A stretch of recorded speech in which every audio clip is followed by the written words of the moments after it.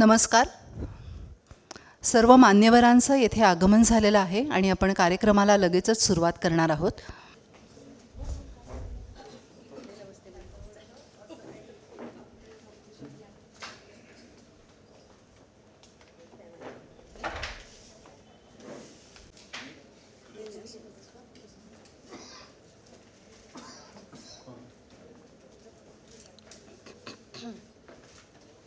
नमस्कार.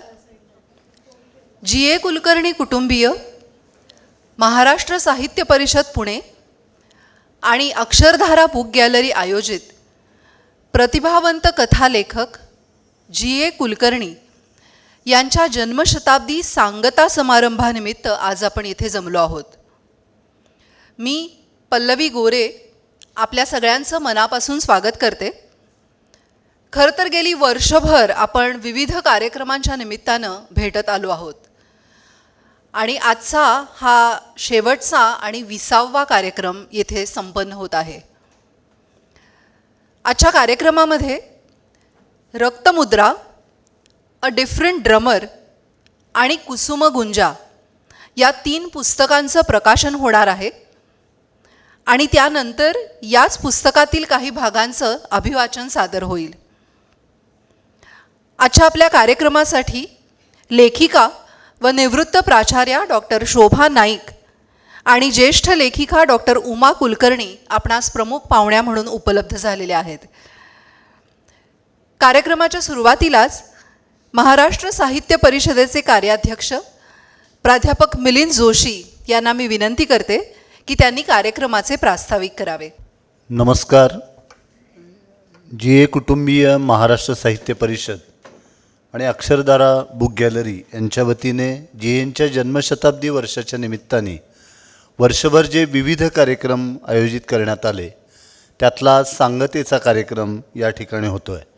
आज 3 पुस्तकांचं प्रकाशन या ठिकाणी होतं आहे, ज्यामध्ये रक्तमुद्रा जी.ए. कुलकर्णी यांच्या निवडक कथा की ज्याचं संपादन रामदास भटकळ यांनी केलेलं आहे, a different drummer selected short stories translated by professor Vilas Salunkhe आणि कुसुमगुंजा या पुस्तकातील कथांचे कानडी भाषांतर चंद्रकांत पोकळे यांनी केलेलं आहे. अशा 3 पुस्तकांचं प्रकाशन आज होतं आहे आणि आपल्याला प्रमुख पाहुणे म्हणून लाभलेले आहेत डॉक्टर शोभा नाईक, लेखिका आणि निवृत्त प्राचार्य आर.प. कॉलेज बेळगाव, डॉक्टर उमा कुलकर्णी त्यांना आपण ओळखतो, आणि रामदासजी भटकळ, प्रोफेसर विलासजी साळुंखे, जी.एंच्या भगिनी नंदा पैठणकर, अक्षरधारा बुक गॅलरीच्या रसिका राठेवडेकर आणि या ठिकाणी उपस्थित बंधू आणि भगिनीनं, जी.एंच्या जन्मशताब्दी वर्षाच्या निमित्ताने वेगवेगळे कार्यक्रम करण्यासाठी जी.ए. कुटुंबियांबरोबर महाराष्ट्र साहित्य परिषद आणि अक्षरधारा बुक गॅलरी यांनी एकत्र यायचं ठरवलं आणि अतिशय दर्जेदार कार्यक्रम वर्षभर सादर केले गेले. जी.एंच्या लेखनाच्या विविध पैलूंना या कार्यक्रमांच्या माध्यमातून स्पर्श करण्यात आला आणि सर्व कार्यक्रमांना रसिकांचा अतिशय उत्तम असा प्रतिसाद मिळाला. जी.ए. कुलकर्णी ही मराठी कथेच्या क्षेत्रातली एक ठसठशीत नाममुद्रा आहे. म्हणजे मराठी कथेचा इतिहास जर आपण पाहिला तर आधुनिक मराठी कथेची सुरुवात ही हरिभाऊंच्या स्फुट गोष्टीपासून होते आणि या स्फुट गोष्टींना पूर्ण गोष्टीचं रूप देण्याचं काम हे गुर्जरांनी केलं. त्यानंतर दिवाकरांनी अंगणातला पोपटसारखी कथा लिहून कथेला फॉर्म म्हणजे रूपबंध देण्याचं काम केलं आणि नंतर मराठीमधल्या सगळ्या नियतकालिकांनी मोठं योगदान दिलं की मराठीतली कथा ही अधिक समृद्ध आणि सकस व्हावी यासाठी. नासी फडके यांचा आवर्जून उल्लेख केला पाहिजे, कारण नासी फडके ते वपू काळे यांनी तंत्रनिष्ठ आणि निर्गाट उकल अशा पद्धतीची कथा ही मराठीमध्ये रूढ केली आणि 42 ते 45चा हा जो कालखंड आहे की मराठी नवकथेचा उदय, की ज्यामध्ये अरविंद गोखले, पुबा भावे, व्यंकटेश माडगुळकर, या गंगाधर गाडगीळ, सदानंद रेगे या सगळ्या मंडळींनी, दिबा मोकाशी यांनी दिलेलं योगदान हे खूप मोठं आहे. जी.एंच्या कथाप्रवासाचा ज्यावेळेला आपण विचार करतो त्यावेळेला आपल्याला एक गोष्ट प्राधान्याने जाणवते की जी.एंचं मराठी कथाविश्वासाठीचं योगदान काय, तर नवकथेच्या नंतर मराठी कथेला आलेलं जे एक साचलेपण होतं ते दूर करण्याचं काम जीएननी केलं आणि मराठी कथा अधिक प्रवाही केली. म्हणजे त्यांनी मराठी कथेला महाकाव्याची उंची प्राप्त करून दिली. म्हणजे अनेक समीक्षकांनी असं म्हटलं, मला जीए त्या अर्थानेही भाग्यवान वाटतात की समीक्षा सर्व अंगाने जीएनची झाली, अनुकूल झाली, प्रतिकूल झाली. अनेक समीक्षकांनी असा अभिप्राय व्यक्त केला की जीएननी कादंबरी लिहायला हवी होती. अनेक कादंबरीचे विषय हे त्यांनी कथेमध्ये आणले. खरं तर त्याची उत्तम कादंबरी होऊ शकली असती. पण याला जीएननी दिलेलं उत्तर आहे ते अतिशय महत्त्वाचं आहे असं मला वाटतं. जी असं म्हणतात की कथालेखन हा कादंबरी लेखनासाठी केलेला रियाज नसतो.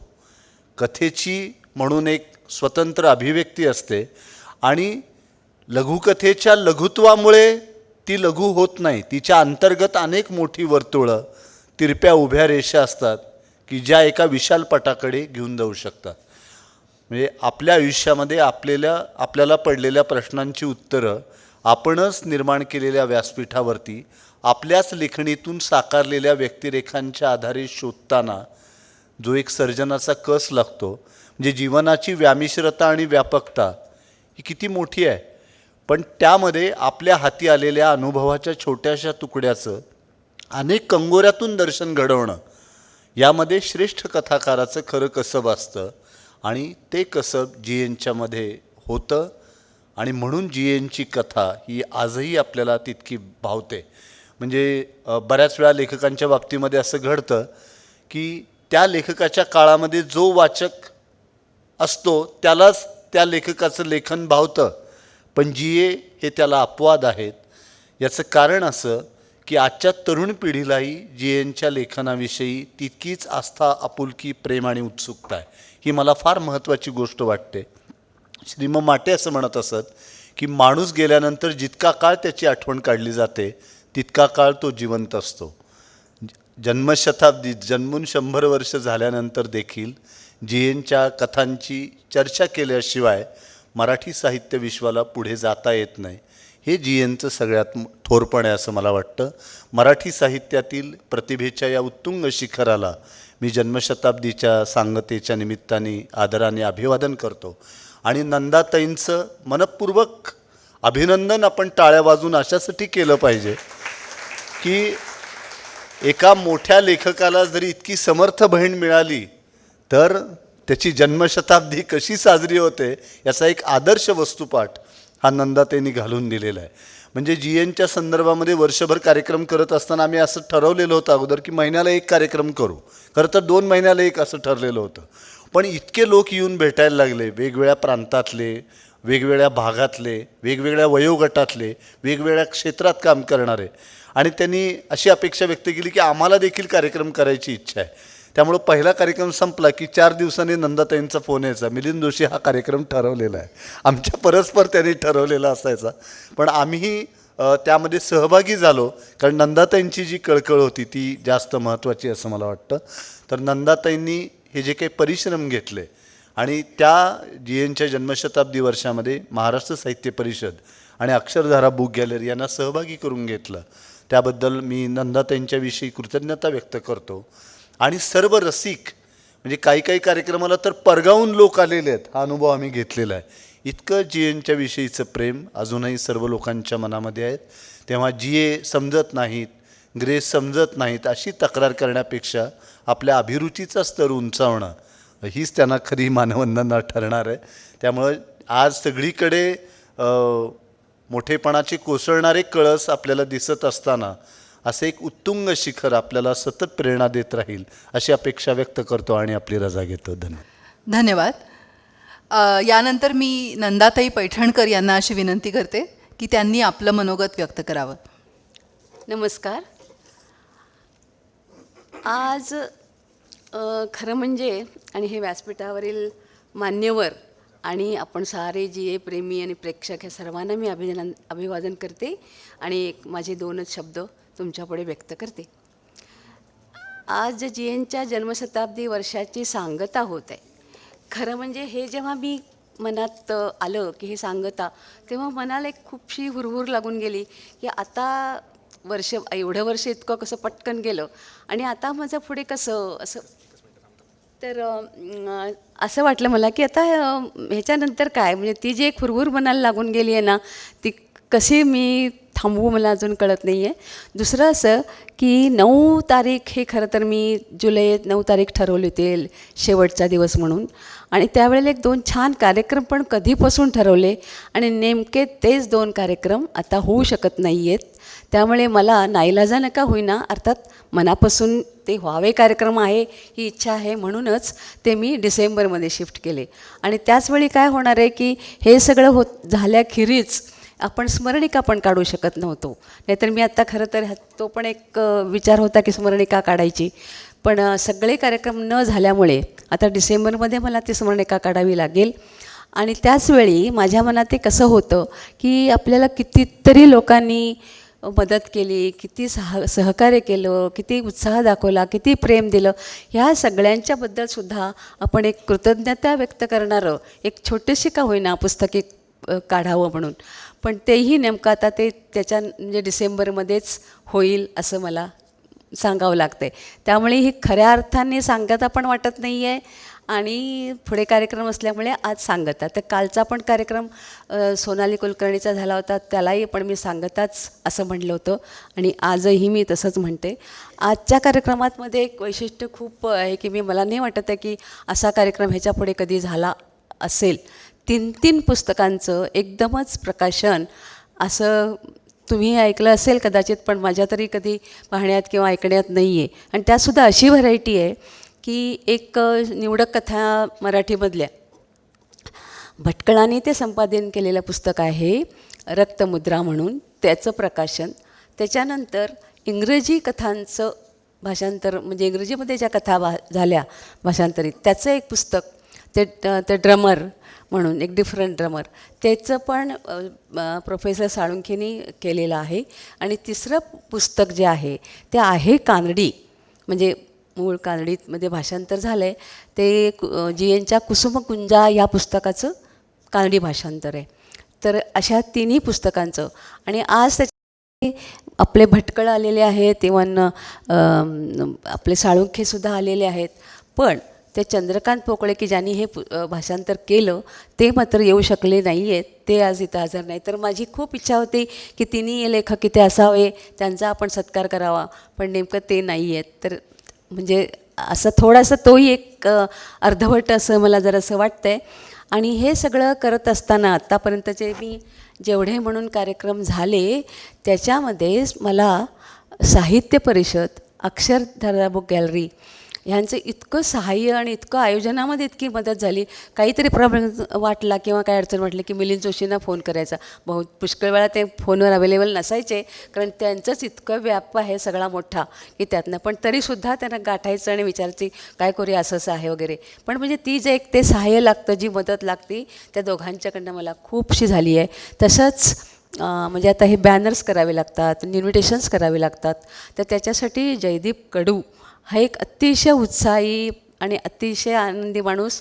त्यांनी इतकी माझे सगळं जे काही माझे छोट्या गोष्टी होत्या, प्रॉब्लेम्स होते, ते सगळे सोडून मला नेहमी मदत केली. म्हणजे त्याच्याकडे सुद्धा कामाचा खूप व्याप असतो, पण मी दिल्यानंतर एक 2-4 दिवसात सगळं मला तो व्यवस्थित आणून द्यायचा, घरी आणून द्यायचा. आणि घरीसुद्धा यायची वेळ सकाळी 7:15, म्हणजे दुसरी वेळ त्याला सुटेबल नसायची, म्हणून तो 7:15. मला म्हटलं चालेल, काही हरकत नाही, तू कधी पण ये, पण ये आणि माझं काम कर तेवढं प्लीज.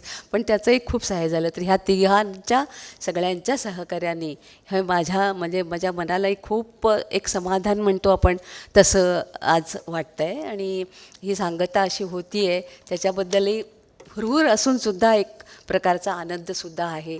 आणि ह्याला प्रतिसाद इतका प्रेक्षकांनी दिला.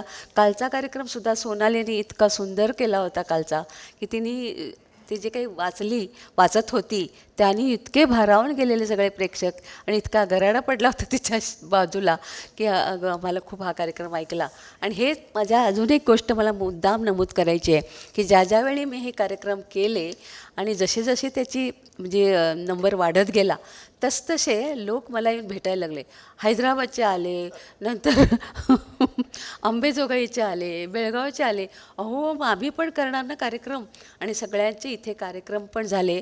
आणि त्याच्यातनं असंही लक्षात आलं की जेव्हा जेव्हा ते सगळे कार्यक्रम झाल्यानंतर पुष्कळ प्रेक्षकांमधनं लोक येत होते आणि मला म्हणत होते अहो आता आम्ही जी नक्की वाचणार बरं का, म्हणजे आम्ही इतके दिवस ते गूढ आहेत नियतीवाद म्हणून असं हे आहे, पण आम्ही आता मात्र जी नक्की वाचणार. आणि मला वाटतं की माझ्या ह्या एक जो काही मी प्रयत्न केला आहे त्याचं हे साध्य आहे असं मला वाटतं. आणि म्हणून मी खरं तर आज तशीही आनंदातच आहे की हा जरी शेवटचा कार्यक्रम असला तर ह्याच्यानंतरही पुन्हा ते वाचक वाढतील त्याचं काही म्हणजे. आणि मी तसंही असलं तरी अगदी संपूर्ण संपवले असं नाही. दरवर्षी त्यांच्या यांच्या जन्मदिवसाचा आणि स्मृतिदिनाचा कार्यक्रम करते. आणि त्यावेळीसुद्धा मला साहित्य परिषद आणि अक्षरधारा मदतच करतात. म्हणजे मी आधी ठरवलं होतं की आता आपण थांबूया, पण ते दोघंही धावत घरी आले होते, रमेश राठेवडेकर आणि मिलिंद जोशी, की अहो कशाला तुम्ही थांबवता, आम्ही करू ना, आम्ही एक करू ते करू असं करत ती पण कंटिन्युटी चालू आहे. म्हणजे ते बंद झालेलं नाही आहे. तर ह्या सगळ्यामुळे मी आज सगळ्यांचे आभार मानते. सगळ्यांना विनंती करते की तुम्ही जसं शक्य होईल तसं जी यांचं साहित्य वाचा आणि त्याप्रमाणे तुम्हाला काय वाटते त्याचे अभिप्रायसुद्धा देत जा. खूप छान. नमस्ते. धन्यवाद नंदाताई. मला वाटतं वर्षभर जे विविध कार्यक्रम आपण जी कुलकर्णी यांचे अनुभवलेले आहेत तर त्यातून अनेक जणांना जी अजून समजत गेले, भावत गेले. आणि मला खात्री आहे की आता यापुढेही अनेक जण जी यांची पुस्तकं आता पुन्हा एकदा वाचतील आणि तुम्हाला त्याचा अभिप्राय नक्की कळवतील. आजच्या आपल्या कार्यक्रमाच्या प्रमुख पाहुण्या डॉक्टर शोभा नाईक यांचा परिचय मी करून देते. प्राध्यापक डॉक्टर शोभा नाईक यांनी आर.प. महाविद्यालयाच्या प्राचार्य आणि मराठी विभाग प्रमुख म्हणून काम पाहिलेलं आहे. कविता, समीक्षा, संशोधन आणि अनुवाद अशा विविध साहित्य प्रकारात त्यांनी लेखन केलेलं आहे. त्यांचे आजवर विविध लेखन प्रकारातील अनेक ग्रंथ प्रकाशित झालेले आहेत. महाराष्ट्र शासनाच्या भारतीय साहित्य कोश निर्मिती मंडळ तसेच मराठी भाषा विकास नियामक मंडळ सदस्य म्हणून त्या कार्यरत आहेत. त्याचबरोबर महाराष्ट्र शासनाच्या राज्य पुरस्काराने त्यांना आजपर्यंत 3 वेळा गौरविण्यात आलेले आहे. 2021मध्ये कबीर पुरस्कार, त्याचबरोबर बेळगाव सीमा भागातील साहित्य सन्मान हे देखील त्यांना प्राप्त झालेले आहेत. मी प्राध्यापक मिलिंद जोशी यांना अशी विनंती करते की त्यांनी डॉक्टर शोभा नाईक यांचं स्वागत करावं.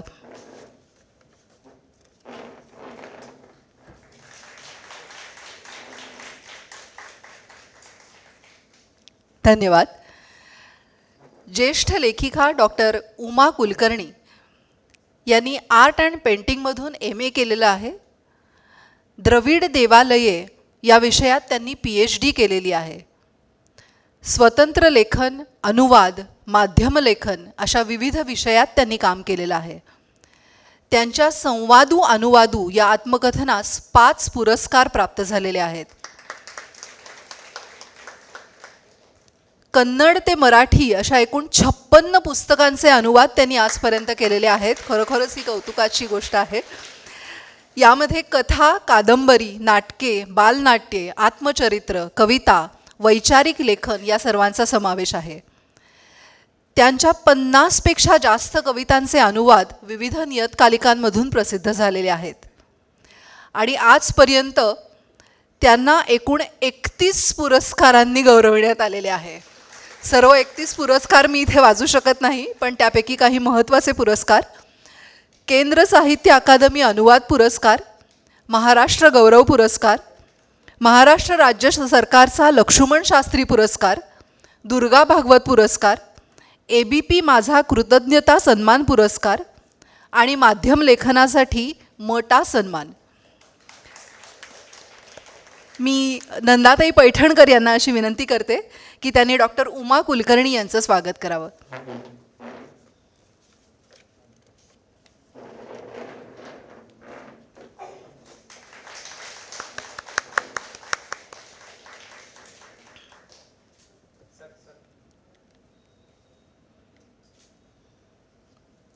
धन्यवाद. आज येथे 3 विविध पुस्तकांचं प्रकाशन होणार आहे. आत्ताच आपल्याला नंदाताईंनी सांगितलं. त्यापैकी पहिलं पुस्तक आहे रक्तमुद्रा, जी.ए. कुलकर्णी यांच्या निवडक कथा, आणि त्याचं संपादन केलेलं आहे माननीय श्री रामदास भटकळ यांनी. खरं तर प्रकाशक या शब्दाला अधिक व्यापक अर्थ मिळवून देण्याचं काम त्यांनी केलेलं आहे. मराठी इंग्रजी साहित्याव्यतिरिक्त सामाजिक अभ्यासक, इतिहासाचे विश्लेषक, नाट्यसंगीतावरील भाष्यकार आणि शास्त्रीय संगीत गायक असा त्यांचा चौफेर संचार आहे. उत्तम साहित्याच्या प्रेमापोटीच ते 1952मध्ये पुस्तक प्रकाशनाकडे वळले. पॉप्युलर बुक डेपो या पुस्तक विक्री संस्थेचं रूपांतर त्यांनी पॉप्युलर प्रकाशन या संस्थेमध्ये केलं. उत्तमोत्तम लेखकांची दर्जेदार पुस्तकं त्यांनी प्रकाशित केली आणि अल्पकाळात सामाजिक, व्यावसायिक आणि उच्च साहित्यिक मूल्ये जपणारी संस्था असा लौकिक मिळवला. नुकताच अखिल भारतीय मराठी प्रकाशक संघाच्या वतीने त्यांना जीवन गौरव पुरस्कार प्राप्त झालेला आहे. मी प्राध्यापक मिलिंद जोशी यांना परत एकदा विनंती करते की त्यांनी माननीय रामदास भटकळ यांचा सत्कार करावा.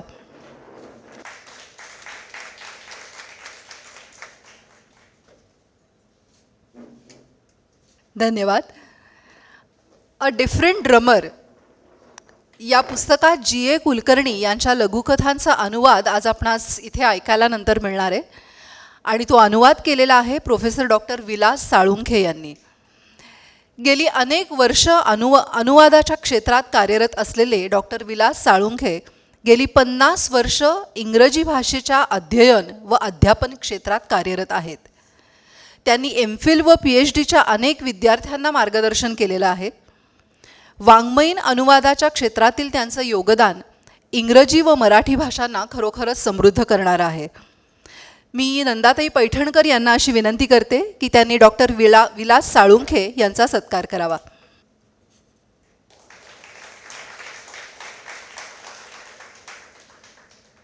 धन्यवाद.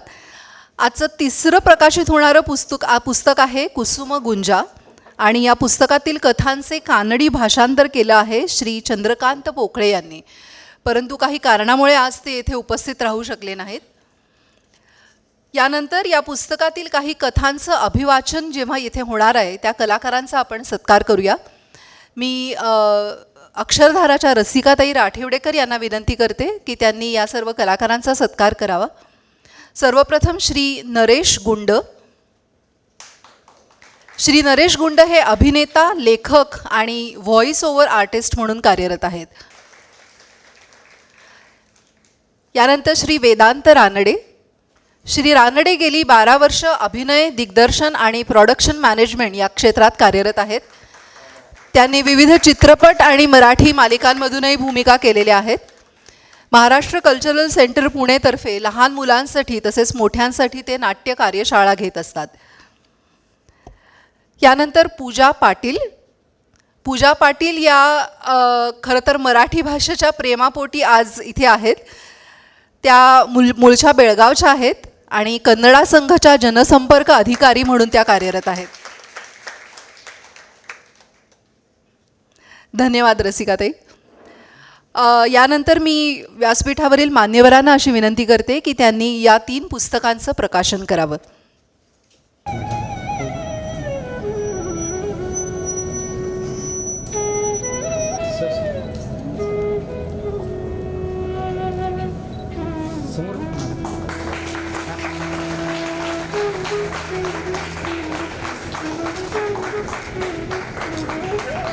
नक्कीच त्याचा लाभ घ्यावा.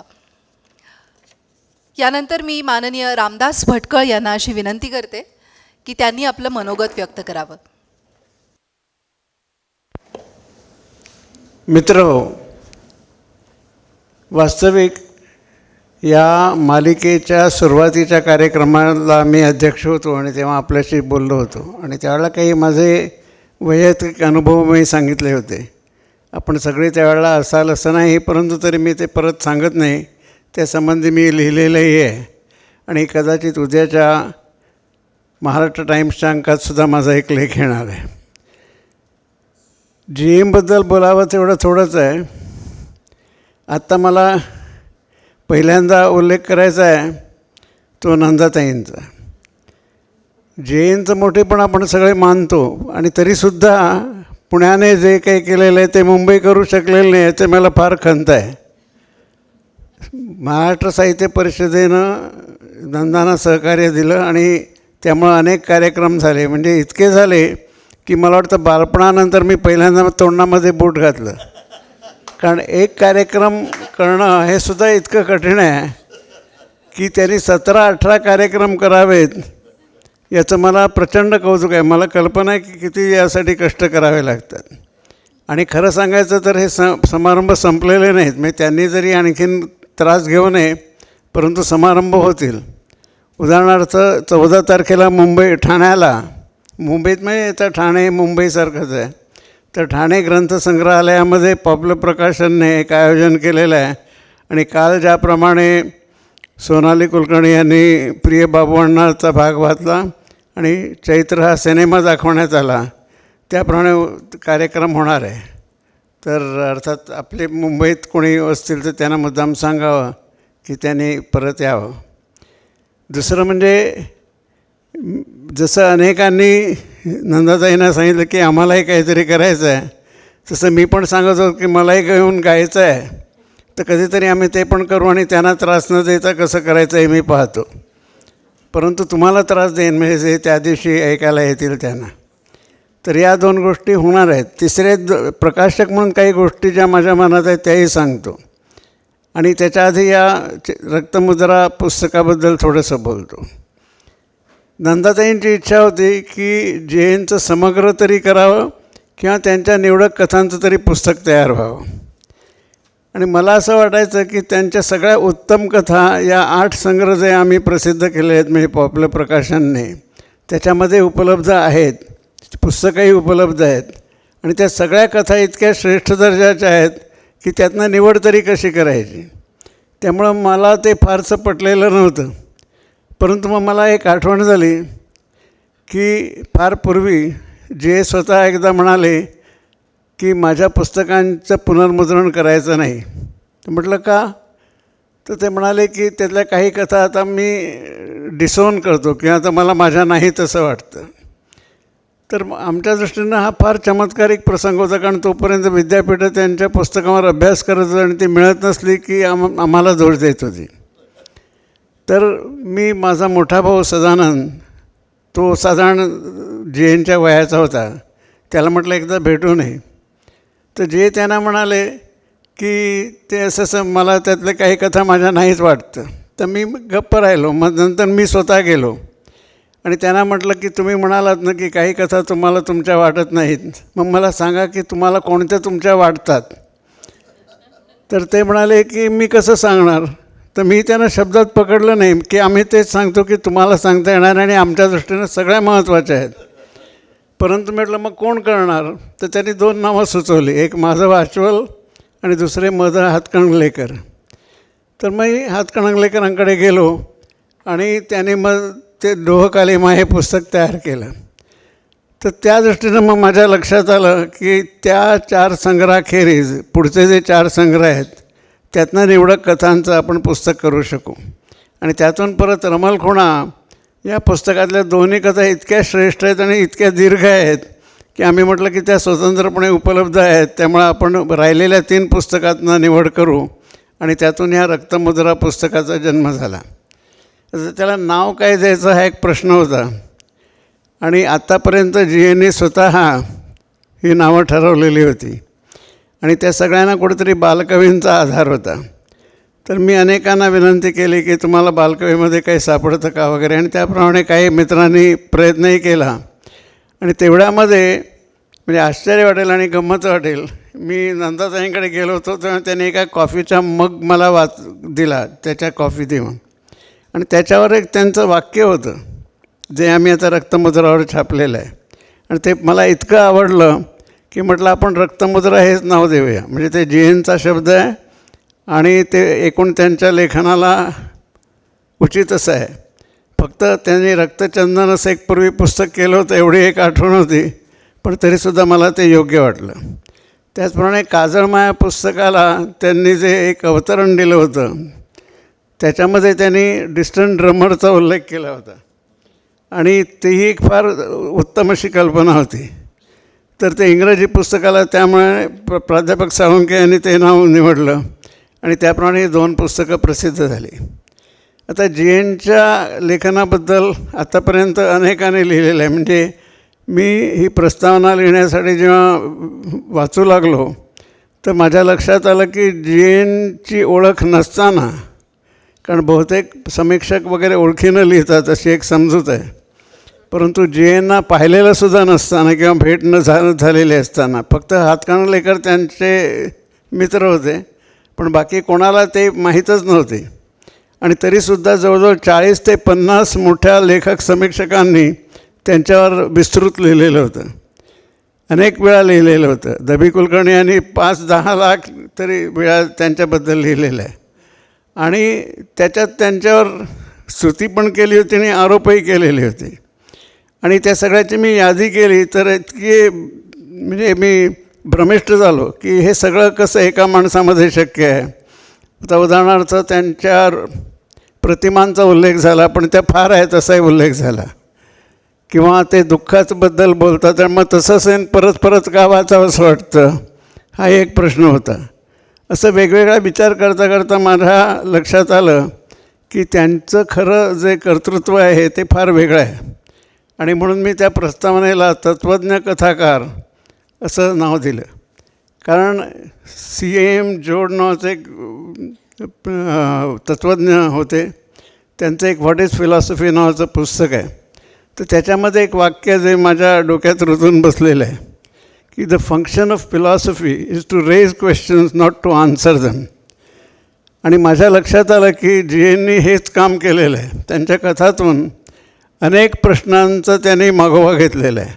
मी त्याच्यात माणसाचे माणसाशी संबंध, माणसाचे प्राण्यांशी संबंध, माणसाचे निसर्गाशी संबंध, माणसाचे नियतीशी संबंध, पुन्हा ते नास्तिक असले तरीसुद्धा तो जो कोणी करता करेवता असेल तर त्याच्याशी संबंध, त्याच्या मर्यादा, असे अनेक प्रश्न त्यांनी उभे केलेले आहेत आणि तुमच्यावर विचार सोपरलेले आहे.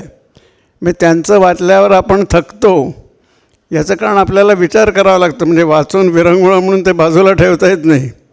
त्यांनी जे लिहिलेलं आहे ते आपल्याबरोबर राहतं आणि आपलं मन कुरतडत असतं आणि आपल्याला सारखा विचार करावा लागतो.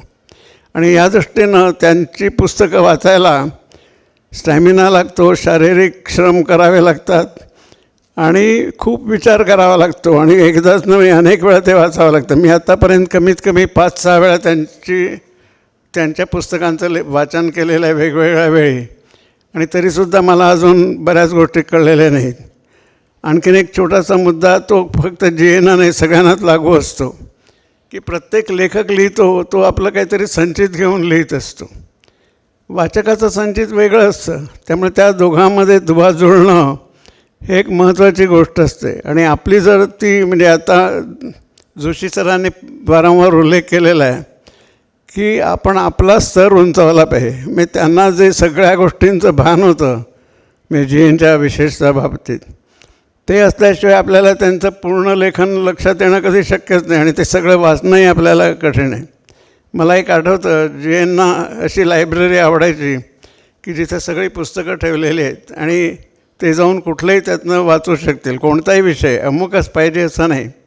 आणि अशा तऱ्हेनं त्यांचं वाचन इतकं विस्तृत होतं आणि ते आपल्याला त्यांच्या कथामध्ये दिसतं की त्यात तत्त्वज्ञान आहे, त्याच्यात इतर गोष्टींची माहिती आहे.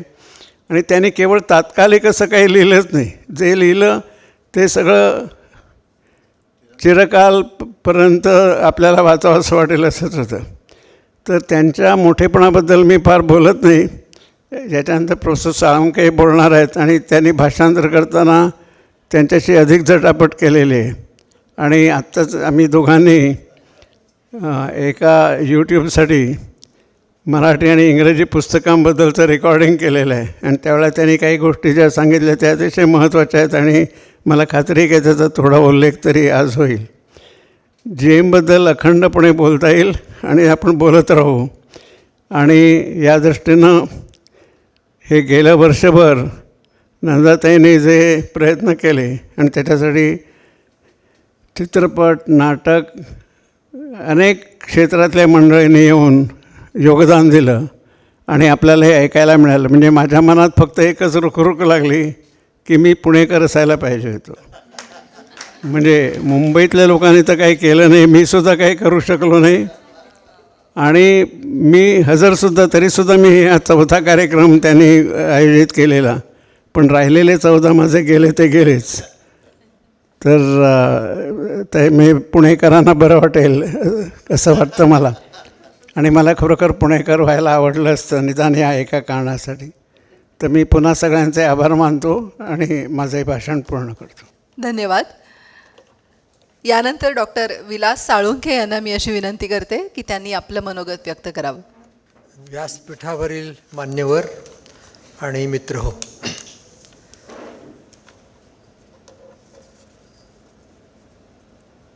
GNचं 3रं पुस्तक माझं हे आज प्रकाशित होत आहे, अ डिफरंट ड्रामर. आधी मी 2 पुस्तकं प्रकाशित केली. जसं या पुस्तकाचं नावही माझं आहे आणि आत्ताच भटकळ साहेबांनी ते सांगितलं, तसंच अ जर्नी फॉर एव्हर हे पहिलं पुस्तक 2010 साली प्रसिद्ध झालं. त्याच्यात 13 कथा होत्या आणि 3 वर्षानंतर शॅडोज इन द डेझर्ट असं एक पुस्तक, ज्याचं शीर्षकही माझंच आहे, प्रसिद्ध केलं. आता एकूण मी 32 GA कथा गेल्या जवळजवळ 20 वर्षात अनुवादित केलेल्या आहेत. GNचा अनुवाद करणारा माणूस हा थोडासा वेडा असतोच आणि ते वेड माझ्यामध्ये गेली 35 वर्ष आहे. GA ज्या वेळेला पुण्यात इकडे राहायला आले, त्यांच्या आयुष्याच्या शेवटी त्यावेळेला ब्रिटिश काउन्सिलने एक अनुवाद करण्याची स्पर्धा जाहीर केली होती आणि त्यासाठी मी GNची सर्प ही कथा निवडली आणि त्याचा इंग्रजी अनुवाद करून तो प्रकाशकाची किंवा लेखकाची त्याला संमती लागते म्हणून पाठवला. त्यावेळेला भटकळ साहेबच होते, मी अजिबात कोणाला ओळखत नव्हतो. भटकळांनी तो अनुवाद GNकडे पाठवला. तेव्हा ते GA पच, ज्याला आता नाव दिले, तिथल्या घरात राहत होते. त्यांच्या जाण्यापूर्वी 2-3 महिने तर GNनी मला स्वतः एक पत्र लिहिलं. त्या अनुवादाला संमती देताना 2 पानाचं पत्र मला त्यांनी लिहिलं. ते अजूनही मी जपून ठेवलं आहे. त्या पत्रात संमती देताना ते म्हणाले की लोक मला नेहमी विचारतात की तुमच्या कथांचे इंग्रजी अनुवाद तुम्ही का नाही केलेत, कारण GA स्वतः इंग्रजीचे अतिशय मान्यवर प्राध्यापक होते. तर ते म्हणाले की जर मी माझ्या कथांचे अनुवाद केले असते तर मला खूप स्वातंत्र्य मिळालं असतं, कारण मीच स्वतः लेखक असल्यामुळे कुठला शब्द वापरायचा, काय वाक्य कसं लिहायचं हे मी स्वतंत्रपणे ठरवू शकलो असतो. तसं स्वातंत्र्य हे इतर अनुवादकाला मिळत नाही. तुम्हाला माहीतच आहे की 1913 साली जे रवींद्रनाथ टागोरांनी आपल्या गीतांजलीचा अनुवाद केला, ज्याला नोबेल प्राईज मिळालं, एकमेव नोबेल प्राईज भारताला मिळालेलं टागोरांचं अनुवादित पुस्तक आहे. त्याच्यात त्यांनी खूप स्वातंत्र्य घेऊन ते ट्रान्सलेशन केलं आहे. त्याच्यानंतर ते 13 साली त्याला प्राईज मिळाल्यानंतर आज इतक्या वर्षामध्ये बंगाली लोकांनी त्याच्यावर खूप आक्षेप पण घेतले की टागोरांचं मूळचं बंगाली हे जास्त छान आहे किंवा उत्तम आहे, आणि त्याचे लोकांनी नंतर काही अनुवाद पण केले. हे स्वातंत्र्य टागोरांना जे होतं ते मला मिळालं असतं असं GA म्हणाले, ते बरोबर आहे. पण त्याबरोबर त्यांनी हेही सांगितलं की जर अनुवादकांनी इंग्रजी दुसऱ्या भाषेमध्ये एखाद्या कथेचा अनुवाद जर केला तर त्यालाही तेवढंच स्वातंत्र्य मिळायला हवं आणि ते मिळालं पाहिजे असा माझा विश्वास आहे. हे वाक्य वाचल्यानंतर माझ्या लक्षात आलं की आपण हे काम करायला हरकत नाही. आणि गेल्या 20 वर्षामध्ये मी ह्या 32 कथांचं अनुवादाचं काम केलं आहे. या संदर्भात माझं जे मत आहे ते मांडण्यासाठी मी इथे उभं असल्यामुळे एक सांगतो की GNच्या कथा 2 प्रकारच्या आहेत. सुरुवातीच्या त्यांच्या कथा अतिशय वास्तववादी प्रादेशिक कथा आणि त्या अतिशय उत्तम दर्जाच्या आहेत, यात काही वाद नाही. परंतु मी अनुवाद करण्याचं एक कारण असं की माझ्या मते GNनी जागतिक वाङ्मयीन पातळीवर लघुकथा या वाङ्मय प्रकारात अतिशय मोलाची भर घातलेली आहे असा माझा विश्वास आहे. आणि हा जो विश्वास आहे तो जर दुसऱ्या कोणाला सांगायचा असेल तर त्याला प्रथम अनुवाद केला पाहिजे. कारण अनुवाद न करता तुम्ही त्यासाठी काही करू शकत नाही. आज अनुवादाचं जे क्षेत्र आहे ते इतकं मोठं झालेलं आहे की इंग्रजीत तुम्ही गेलात तर जगाला कळतं की तुम्ही तुमच्या भाषेमध्ये काय चांगलं लिहित होतात. टागोर हे त्याचं उत्तम उदाहरण आहेच. त्यामुळं मी ते अनुवादाचं काम इंग्रजीत आणण्यासाठी जेव्हा स्वीकारलं तेव्हा माझ्या लक्षात आलं की मराठीतले अनुवाद, मराठी वाङ्मयाचे अनुवाद इंग्रजीमध्ये का होत नाहीत. एक कारण असं की इंग्रजी चांगलं असल्याशिवाय इंग्रजीत अनुवाद करता येत नाही. आणि एक समीक्षक मला भेटले होते. ते म्हणाले की इंग्लंडवरनं माणसं भारतात आणली पाहिजेत म्हणजे त्या तुमच्या मराठीचा शिकून अनुवाद करतील. तर आपण इतके कर्मदरिद्री आहोत का की आपल्याला तिकडचा माणूस इंग्रजीत ट्रान्सलेट करायला मिळाला पाहिजे. तर ज्याला इंग्रजी चांगलं लिहिता येतं आणि ज्याचे पाय मराठी मातीमध्ये आहेत अशा माणसांनी हे काम करायला पाहिजे. आणि मी ज्यांच्याकडे PhD केलं, माझं PhD हे रॉबर्ट फ्रॉस्ट या कवीवर आहे आणि ते M.K. नाईक नावाचे धारवाडचे प्राध्यापक, ते हेड ऑफ द डिपार्टमेंट होते. त्यांच्याकडे मी PhD केलं. त्यावेळेला मी 5 वर्ष नाशिकहून धारवाडला जात असे त्यांना भेटण्यासाठी आणि PhDचं काम करण्यासाठी. त्यावेळेला GA तिथे शिकवत होते महाविद्यालयामध्ये. परंतु एकदा मी इच्छा व्यक्त करूनसुद्धा मला सांगण्यात आलं की तुम्ही काही त्यांच्या भेटण्याच्या भानगडीत काही पडू नका कारण ते फारसे कोणाला भेटत नाहीत. आणि मी त्यांना भेटलोही नाही. पण माझा जो त्यांचा 35 वर्षाचा अनुभव आहे किंवा जे काय लेखक आणि अनुवादक म्हणून नातं आहे ते इम्पर्सनल आहे, व्यक्तिनिरपेक्ष आहे. मी GNना कधी बघितलं नाही, GNशी कधी बोललो नाही, परंतु जवळजवळ 20 वर्ष त्यांच्या कथांचं वाचन करत असताना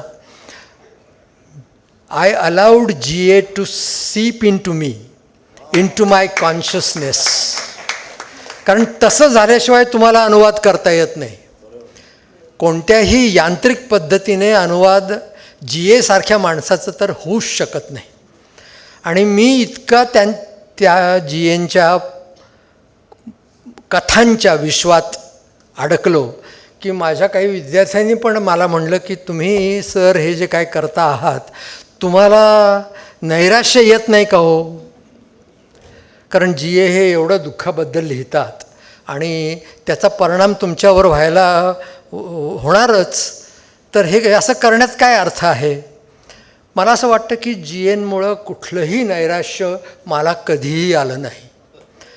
याचं कारण असं, दुःखाबद्दल ते अतिशय कलात्मक पद्धतीने त्यांनी लिहिलेलं आहे.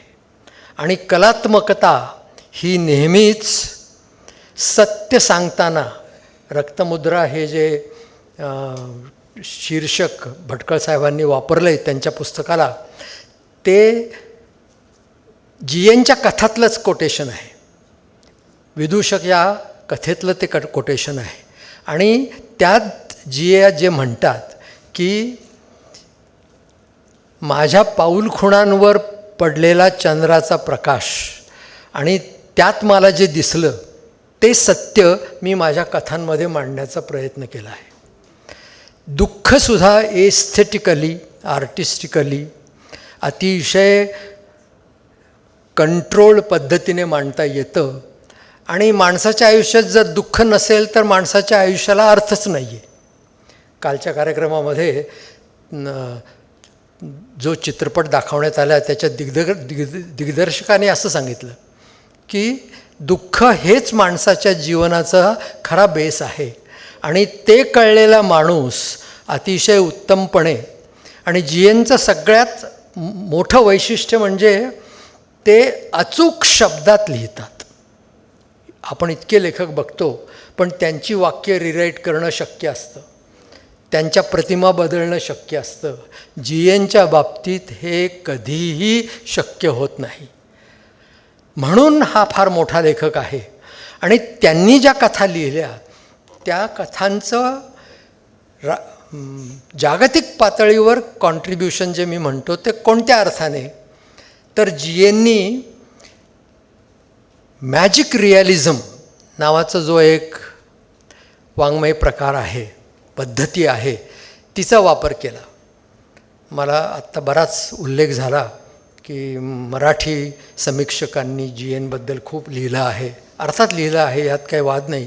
परंतु मॅजिक रिॲलिझम हा जो एक वाङ्मय कथन पद्धती आहे त्याचं साधारण ट्रान्सलेशन म्हणजे जादुई वास्तववाद. आणि अतिशय मोठ्या लेखकांनी त्याच्यामध्ये अलीकडच्या म्हणजे 20th सेंचुरी आणि 21व्या शतकात केलेलं आहे.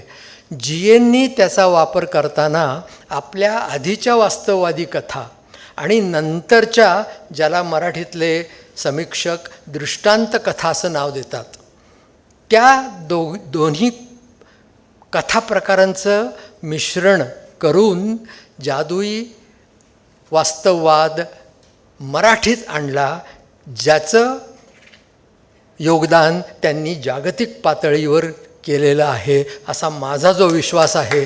त्यासाठी हे सगळं ट्रान्सलेशन मी केलेलं आहे. अर्थात मी स्वतः कोणत्याही प्रकारे समीक्षक नाही. खरं म्हणजे अनुवाद करणारा माणूस हा समीक्षक असायलाच नको. कारण समीक्षक म्हटला की तो स्वतःच्या दृष्टिकोनातूनच सगळीकडे बघत असतो. पण अनुवादकाला अर्थबोधन करण्याची मात्र सतत पात्रता पाहिजे आणि जाणीव पाहिजे. ज्याला आम्ही लिटररी कॉम्पिटन्स म्हणतो तो त्या अनुवादकाकडे असायला पाहिजे. आणि गेल्या 20 वर्षामध्ये जीएनच्या कथांचा अनुवाद करताना विविध प्रकारे सर्जनशीलता मला अनुवादक म्हणून सुद्धा वापरता आली आहे आणि त्याचा फार आनंद आहे. म्हणजेच जीएनचं हे सगळं कर्तृत्व लेखक म्हणून की व्यक्ती म्हणून कोणत्या अर्थाने आपण बघायचं, तर माझा स्वतःचा आग्रहाचं म्हणणं असं आहे की जीए हे इंग्रजीचे प्राध्यापक असल्यामुळे ज्याला सर्धोपट पद्धतीने व्यक्ती आणि वाङ्मय पद्धतीचे संशोधन केलं जातं, पु ल देशपांडे व्यक्ती आणि वाङ्मय, त्याच्यात काय सापडतं की व्यक्तीबद्दल 100 पानं आणि 50 पानं त्यांच्या राहिलेल्या पुस्तकाबद्दल. व्यक्तीच मोठा, वाङ्मय हे आणि तो व्यक्ती म्हणजे व्यक्ती आणि व्यक्तिमत्व याच्याबद्दल आज सर्रास कॉपी पेस्ट करून असे प्रबंध लिहिले जात आहेत. जीए स्वतः प्रसिद्धी परांगमुख होते. त्यांनी स्वतःचा फोटोसुद्धा अनेक वर्ष काढू दिला नाही आणि बाहेरचं दार कुलूप लावून ते आतमध्ये लिहित बसत वगैरे वगैरे अशा बऱ्याच दंतकथा आहेत. याच्या मागची भूमिका अशी आहे की जीएनना फक्त आपल्या लिखित शब्दातूनच जगापर्यंत पोचायचं होतं. त्यांनी स्वतः कधीही आपल्या कथांवर भाष्य केलं नाही. कारण आधुनिक समीक्षा जे म्हणते की वाङ्मय हे इम्पर्सनल असतं. आज जगातला सर्वात मोठा इम्पर्सनल लेखक कोण? William Shakespeare. शेक्सपियरचं स्वतःचं घर बघायला लोक स्टॅटफोर्ड अपॉन ॲव्हनला जातात वगैरे, सगळं ठीक आहे, पण शेक्सपियरला चेहरा नाही. शेक्सपियर हा त्याच्या शब्दात त्या 37 नाटकांमध्ये आहे. आणि आज 500 वर्ष तो मोठ्या गुणवत्तेनं जिवंत आहे. मी हे म्हणतो याचं कारण, नंदाताईंनी गेले वर्षभर भावाच्या स्मृतीसाठी इतके कार्यक्रम केले आणि त्यांचं कौतुक करावं तेवढं थोडंच आहे. परंतु GA हे गेलेलेच नाही आहेत. GA हे जोपर्यंत त्यांच्या कथा 150 कथा आहेत तोपर्यंत आपल्यात आहेत. आणि ते शब्दातून त्यांनी सांगितलेलं आहे. त्यांनी ते व्यक्ती म्हणून कधीही कोणत्याही प्रकारे सांगितलं नाही. त्यामुळं इम्पर्सनल वाङ्मय, आणि ज्याला रोला बार्स नावाचा फ्रेंच लेखक म्हणतो, the death of the author, शेवटचा पूर्णविराम कथेला दिल्यानंतर लेखक मरण पावतो, मृत होतो, आणि ती कथा तुमची आमची होते, ती त्याची राहत नाही. ह्याच्यावर GNचा विश्वास होता हे त्यांच्या आयुष्याकडं बघितल्यानंतर अगदी पूर्णपणे कळतं. आणि त्यामुळंच आज 35 वर्षा त्यांच्या मृत्यूनंतर आणि 100 वर्ष जन्मानंतर इतक्या ताकदीने ते आपल्या इथे आहेत आणि आपण त्यांची चर्चा करतो आहोत. म्हणूनच GA हे अजरामर आहेत आणि ते अजरामर राहण्यासाठी आपण त्यांचे अनुवाद करीत राहायला पाहिजे. मी तरी ते माझं कार्य आहे असं समजतो.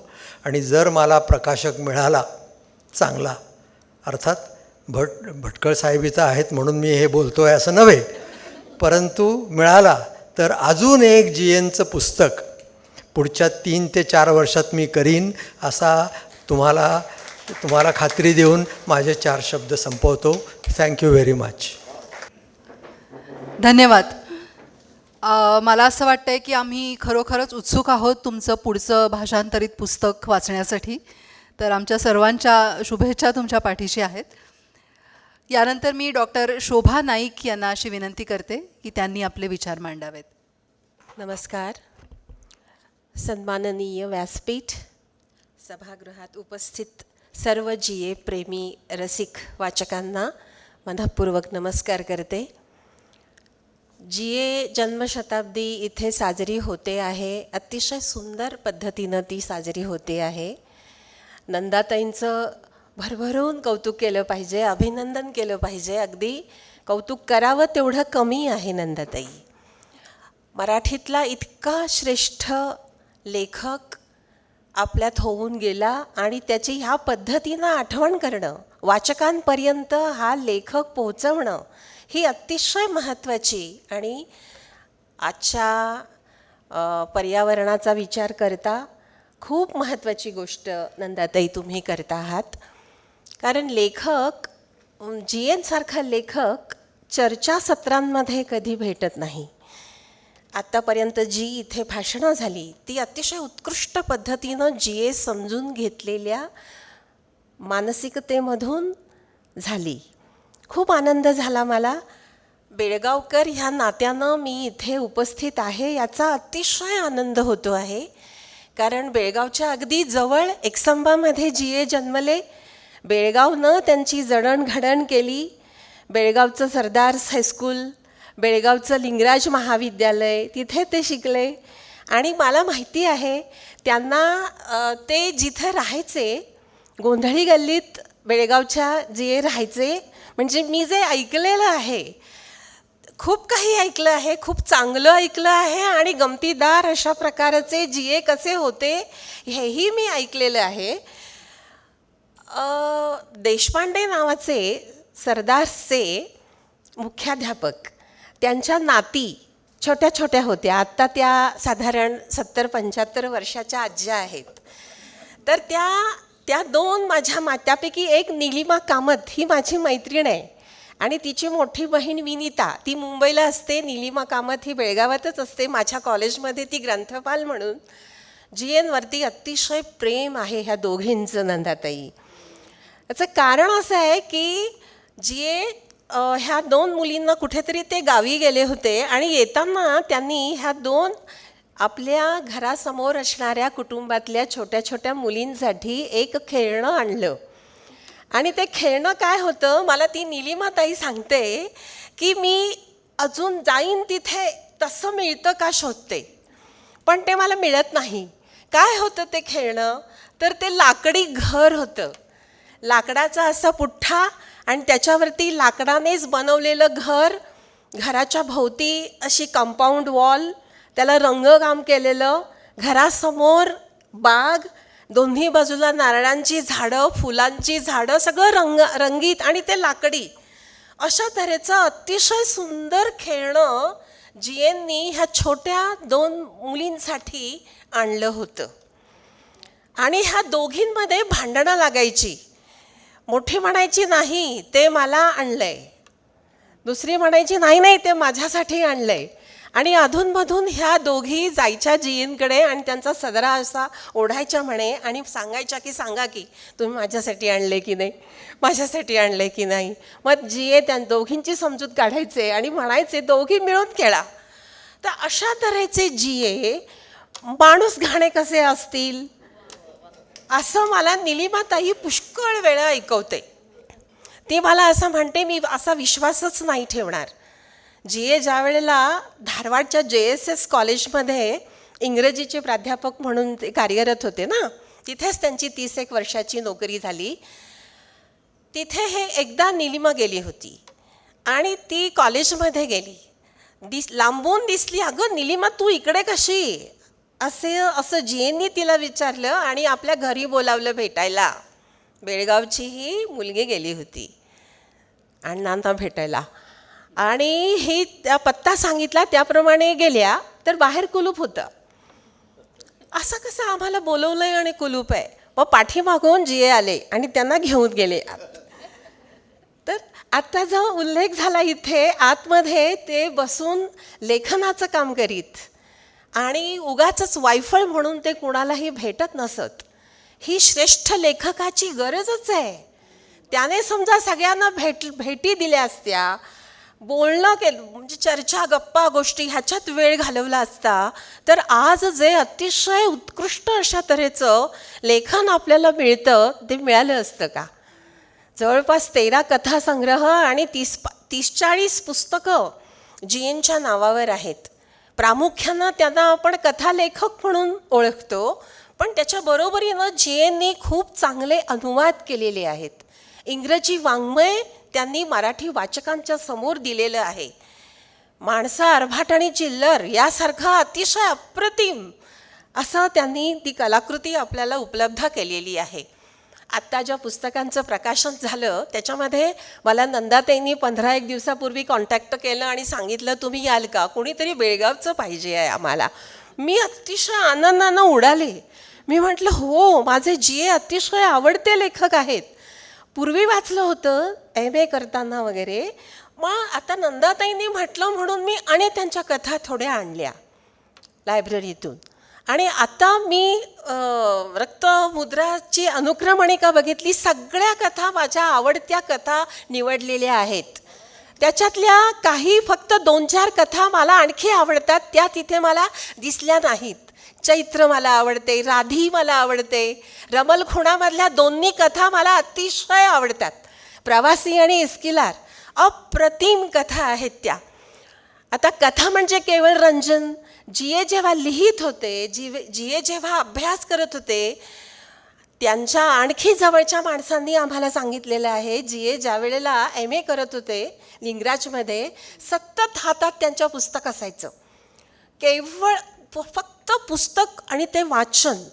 जागतिक श्रेष्ठ असं साहित्य हा माणूस वाचत होता आणि बेळगाव त्यांच्यावरती संस्कार करत होतं. बेळगाव खूप सुंदर गाव आहे, अतिशय टुमदार. अजूनही त्याचं ते सौंदर्य काही प्रमाणात टिकून आहे, काही प्रमाणात असं मी म्हणते आहे, याचा मला त्रास होतोय, पण आहे टिकून. हो, पुलंचं आवडतं गाव बेळगाव हे. आणि ज्या कॉलेजमध्ये पुलं मराठी शिकवायचे त्याच कॉलेजमध्ये मी नुकती निवृत्त झाले मराठीची प्राध्यापिका म्हणून. आमच्या कॉलेजचं जेव्हा गोल्डन ज्युबली साजरी होत होती त्यावेळेस पुलं आले होते, तेव्हा ते अतिशय आजारी होते, ते आणि सुनीताताई. त्यांनी मला म्हटलं मराठी विभाग प्रमुख कुठे आहेत. मग मला बोलावलं गेलं ना पुढे. मला काय करावं कळत नव्हतं, काय बोलावं सुचत नव्हतं. इतका आनंद झाला होता पुलंना बघून. ते म्हणाले, हो का, तुम्ही आहात का, आणखीन कोण आहे, विद्यार्थी किती आहेत. अगदी मराठी विभागाची एवढी आपुलकीनं त्यांनी चौकशी केली. कर्नाटकातलं कॉलेज आणि त्याच्यातला मराठी विभाग, वेगळ्याच प्रकारचा संघर्ष आम्हाला. अगदी रात्रंदिना युद्धाचा प्रसंग. आता उमाताई तुम्हाला सांगतील की त्यांनी तो प्रश्न सोडवलेला आहे, सासर माहेर. हां, तर सासर माहेर इथं तो प्रश्न सुटतो, पण ज्या ठिकाणी आपण तिकडे प्राध्यापक म्हणून उभे असतो तेव्हा तिथे आणि एक वेगळ्या प्रकारच्या गोष्टी असतात. तर ते सगळं तर त्यांनी ते विचारलं. आणि नंतर मग आम्ही दोघीही प्राध्यापिकाच आहोत असं जे त्यांना जेव्हा कळलं तेव्हा ते म्हणाले की पुरुषाचं मराठी कोण शिकवतं असं मला पुलंनी विचारलं होतं.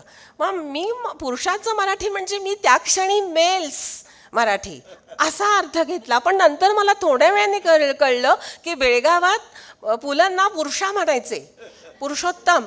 तर अशा तऱ्हेनं ही अतिशय कमालीची सुंदर माणसं बेळगावमध्ये. आणि त्या सगळ्या बेळगावला ऐतिहासिकता आहे, खूप मोठी व्यवस्थित परंपरा आहे बेळगावला. बेळगावात एकीकडे गोवा आहे, एकीकडे कर्नाटक आणि एकीकडे महाराष्ट्र.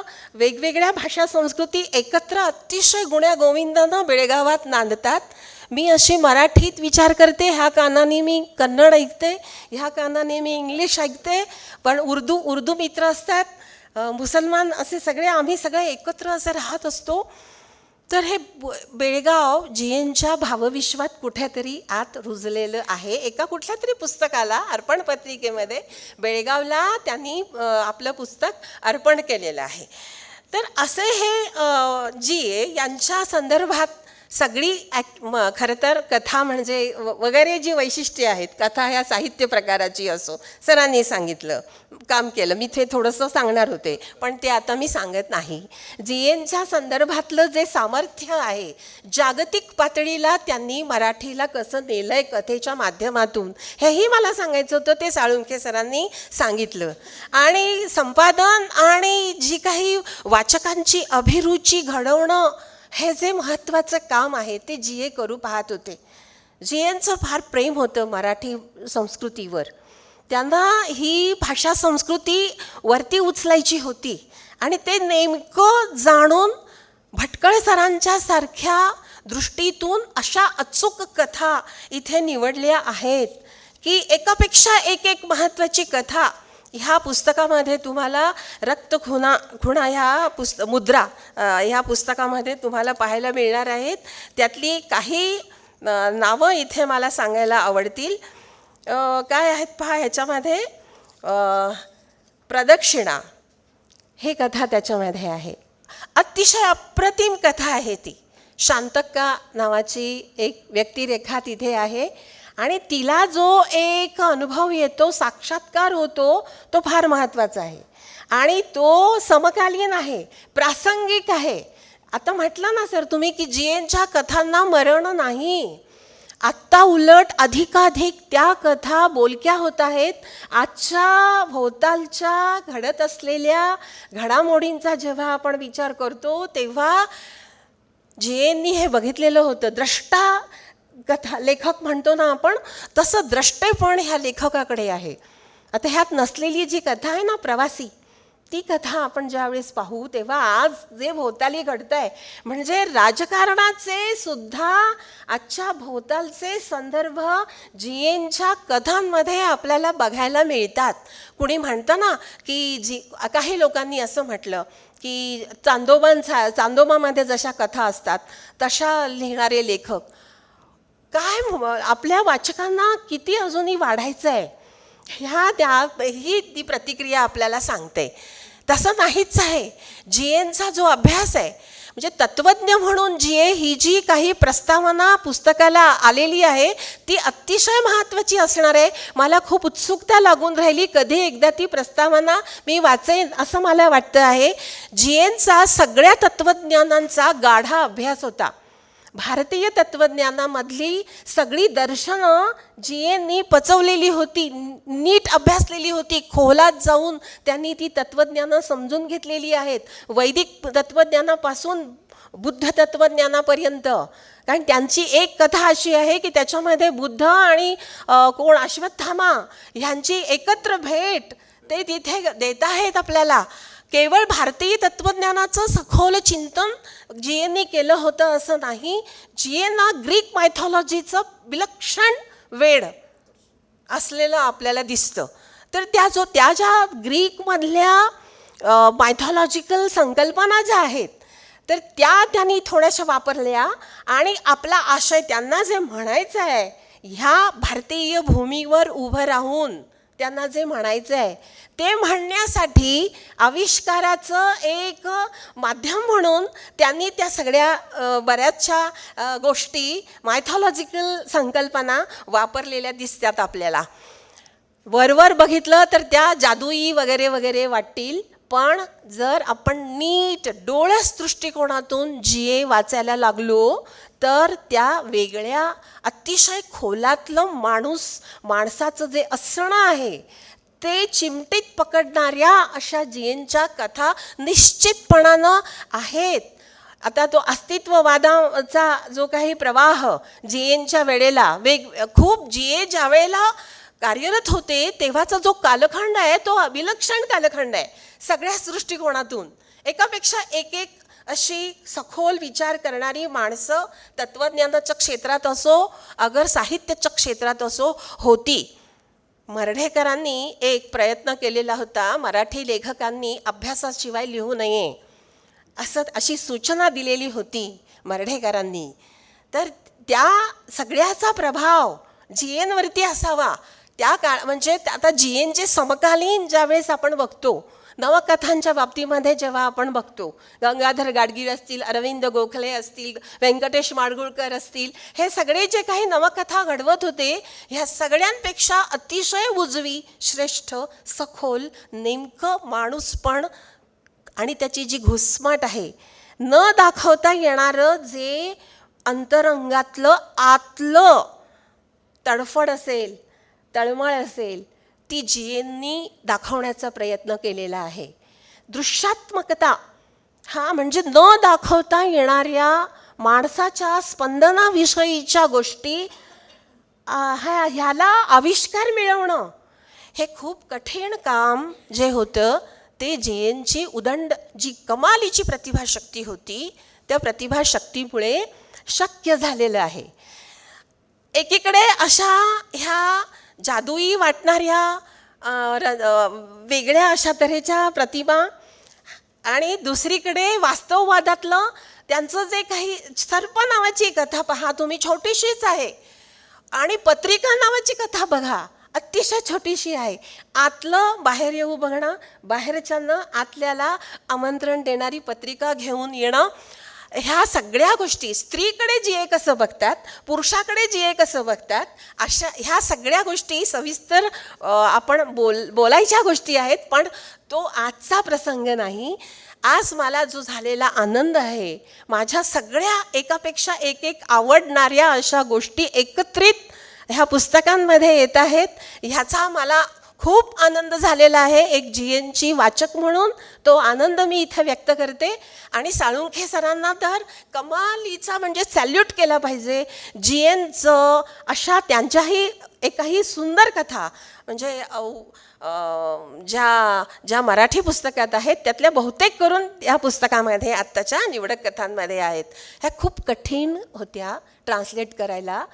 आपल्या मराठीत वाचून समजून घ्यायला कथा कठीण आहेत, समजून घेऊन दुसऱ्या भाषेत त्या नेणं हे अत्यंत अवघड अशा तऱ्हेचं काम सरांनी केलेलं आहे.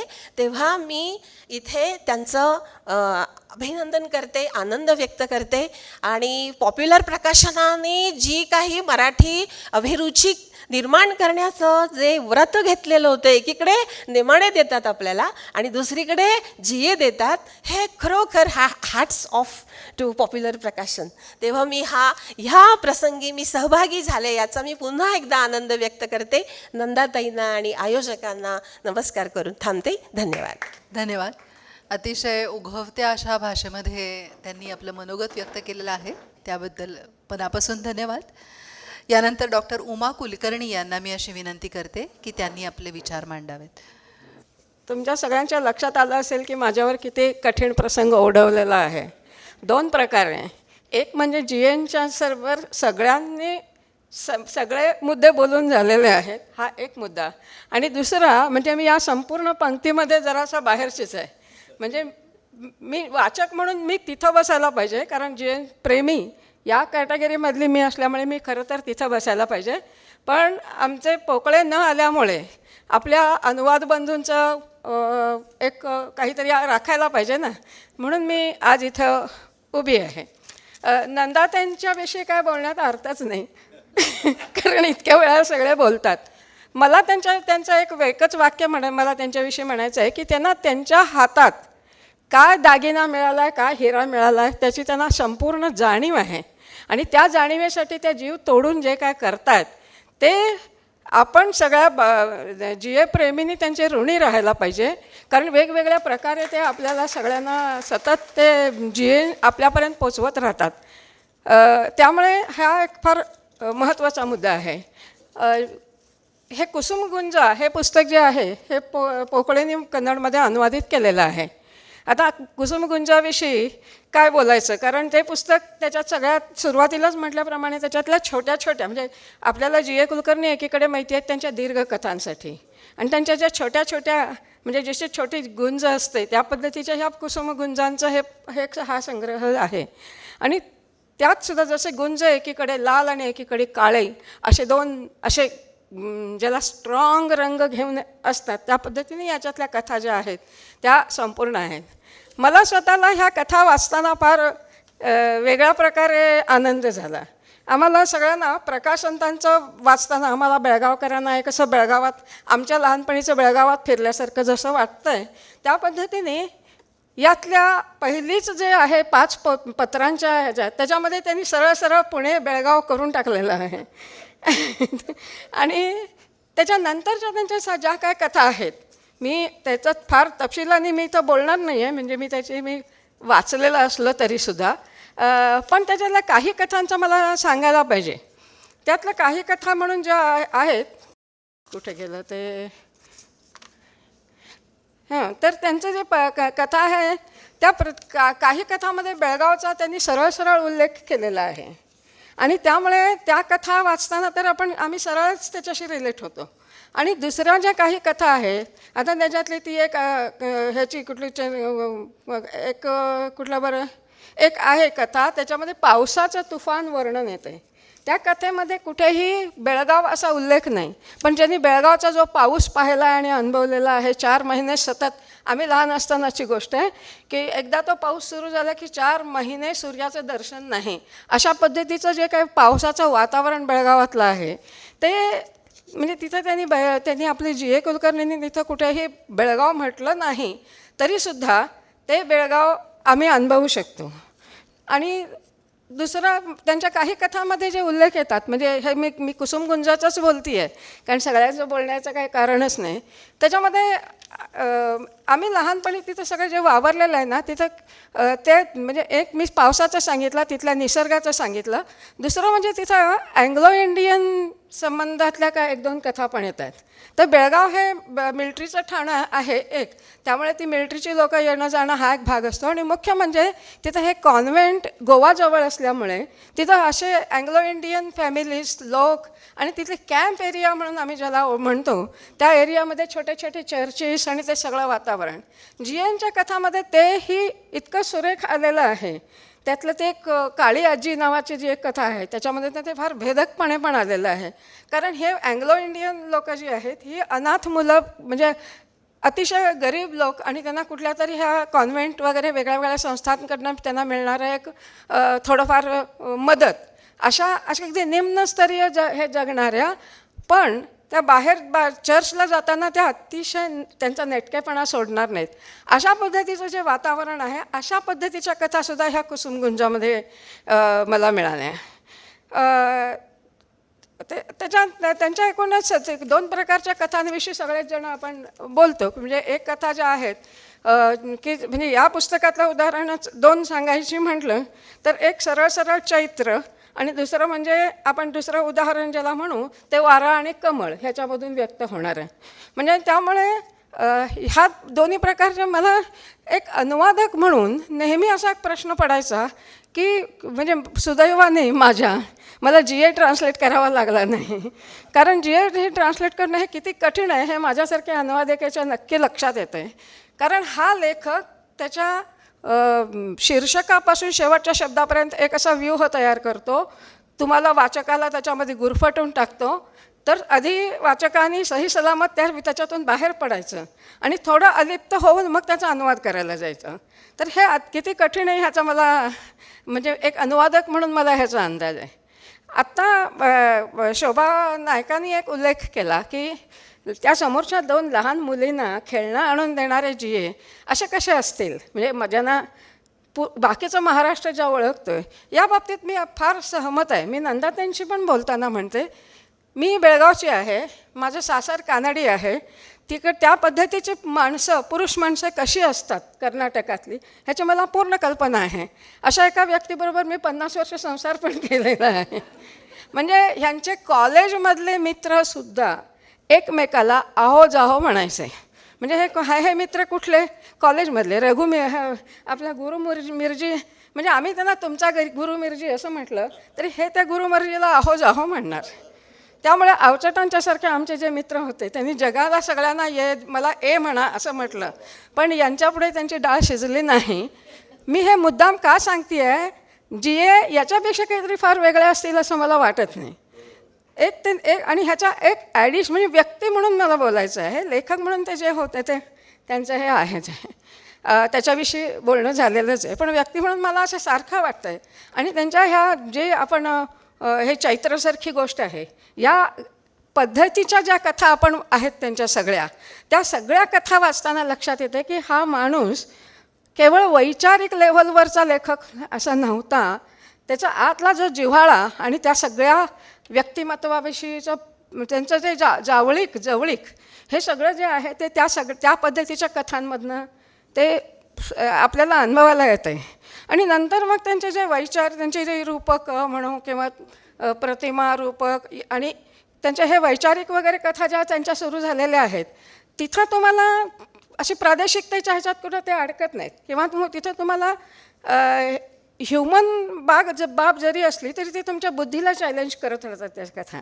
पण या कथा ज्या आहेत मला स्वतःला त्या कथा जास्त आवडतात आणि त्या इतक्या थेटपणे भिडतात तुम्हाला. आणि त्या पद्धतीच्या मला ह्या कुसुमगुंजामध्ये पण कथा मिळाल्या.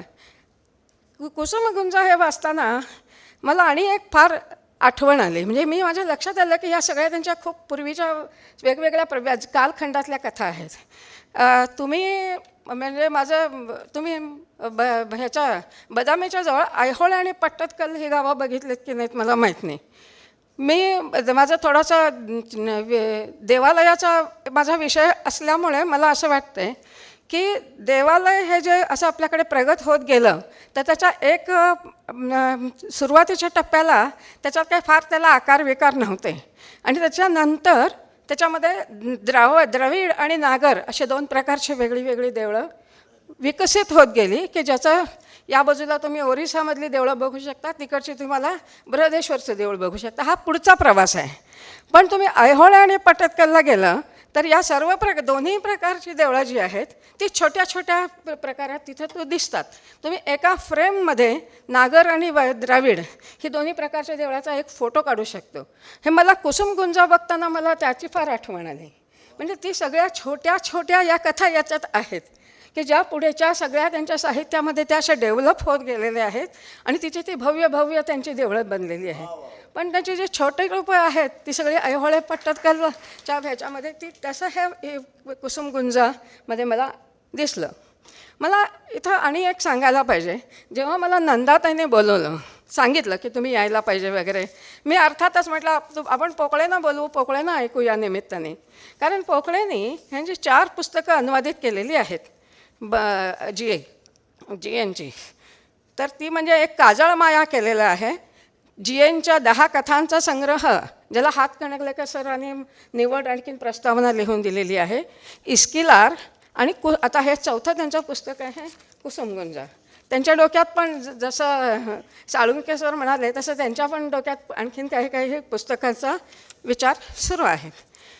मी त्यांच्याशी जरासं म्हणजे मी मगाशी अनुवादक म्हणून मला जे प्रश्न पडले, आता साळुंके सरांनी त्यांच्या पद्धतीने उत्तरं दिली, तर मी त्यामुळे पोकळेंना विचारलं की तुमचा काय या सगळ्यातला अनुभव आहे. कारण तुम्ही ते प्रत्यक्ष ते झगडा दिलेला आहे त्या सगळ्या कथांच्या बरोबर. तर त्यावेळेला त्यांनी मला म्हटलं तुम्ही हे अनुवाद कसे केले. हे खरं तर त्यांनी सांगायला पाहिजे होतं, पण ते नाहीत म्हणून मी सांगते आहे त्यांच्या पद्धतीने की त्यांनी काय केलं. ते म्हणाले त्यांचे पोकळेंनी मराठीमधली जवळजवळ 150 पुस्तकं कन्नडमध्ये अनुवादित केलेली आहेत. म्हणजे इतक्या मोठ्या प्रमाणात त्यांचं काम सुरू आहे आणि अजूनही ते करत आहे. त्यांनी मला सांगितलं की मी बाकी सगळे जसे अनुवाद करतो तसं मला जी एनच्या पुस्तकांचे अनुवाद करता येत नाही. तर त्यांनी त्यांचे टप्पे मला असं सांगितलं की मी पहिल्यांदा फक्त कथा वाचतो, दुसऱ्यांदा वाचतो त्यावेळेला मला त्यातल्या आणि त्यात त्यांनी पहिलं सांगितलं की जी आपण इथं मी त्याला चैत्र असं म्हणते, चैत्र पद्धतीच्या ज्या कथा आहेत त्या अनुवाद करताना आम्हाला काही प्रॉब्लेम येत नाही, कारण ती संस्कृती आमचीच आहे, तो सगळा भाग मी बघितलेला आहे, त्यामुळे मला त्या कथा अनुवादित करताना प्रॉब्लेम येत नाहीत. पण ह्या दुसऱ्या प्रकारच्या कथा अनुवादित करताना जो प्रॉब्लेम येतो आहे त्या संदर्भात त्यांनी असं सांगितलं की मी पहिल्यांदा फक्त वाचतो, दुसऱ्यांदा वाचताना मला त्यातले काय रूपक प्रतिमाची अडचण येते त्याला अंडरलाईन करतो. इथंच मला आणि एक गोष्ट सांगायला पाहिजे. पोकळे बेडकेहाळ या खेडेगावात राहतात. मी स्वतः पण बेडकेहाळ कुलकर्ण्यांचीच मुलगी आहे, म्हणजे माझं गाव पण बेडकेहाळच त्या अर्थी. आणि आपल्याला सगळ्यांना वडेर हे नाव पण माहिती आहे. वडेरांनी 2 पुस्तकं लिहिलेली आहे जी एनच्या संदर्भातली, एक परिसर कथा आणि दुसरं अर्पण पत्रिकेतून जी ए. म्हणजे त्यामुळे हे वडेर याच बेडकेहाळमध्ये शिक्षक म्हणून काम करत होते. तर पोकळे सांगतात की हे अंडरलाईन करून झाल्यावर संध्याकाळी फिरायला गेलेले असताना त्यांच्याशी चर्चा करायची वडेरांची आणि त्या सगळ्याचा खुलासा करून घ्यायचा. त्याच खुलाशावर नंतर आपली फायनल कॉपी तयार करायची आणि ती पुन्हा वडेरांना वाचायला द्यायची की हे मी बरोबर केलं आहे की नाही. म्हणजे 150 पुस्तकं अनुवादित करणारा माणूस जी एनच्या एकेका कथेसाठी इतक्या वेगळ्या प्रकारचे ते खटाटोप त्या माणसाने केलेला आहे. तर मी त्यांना दुसरं एक विचारलं की हे सगळं तुम्ही केलं, कर्नाटकातून तुम्हाला रिस्पॉन्स कसा काय मिळते, काय आहे की अनुवाद करणे ही एक गोष्ट झाली, पुस्तक प्रकाशित होणे ही एक गोष्ट झाली आणि त्याच्यानंतर ते लोकांपर्यंत पोचणं.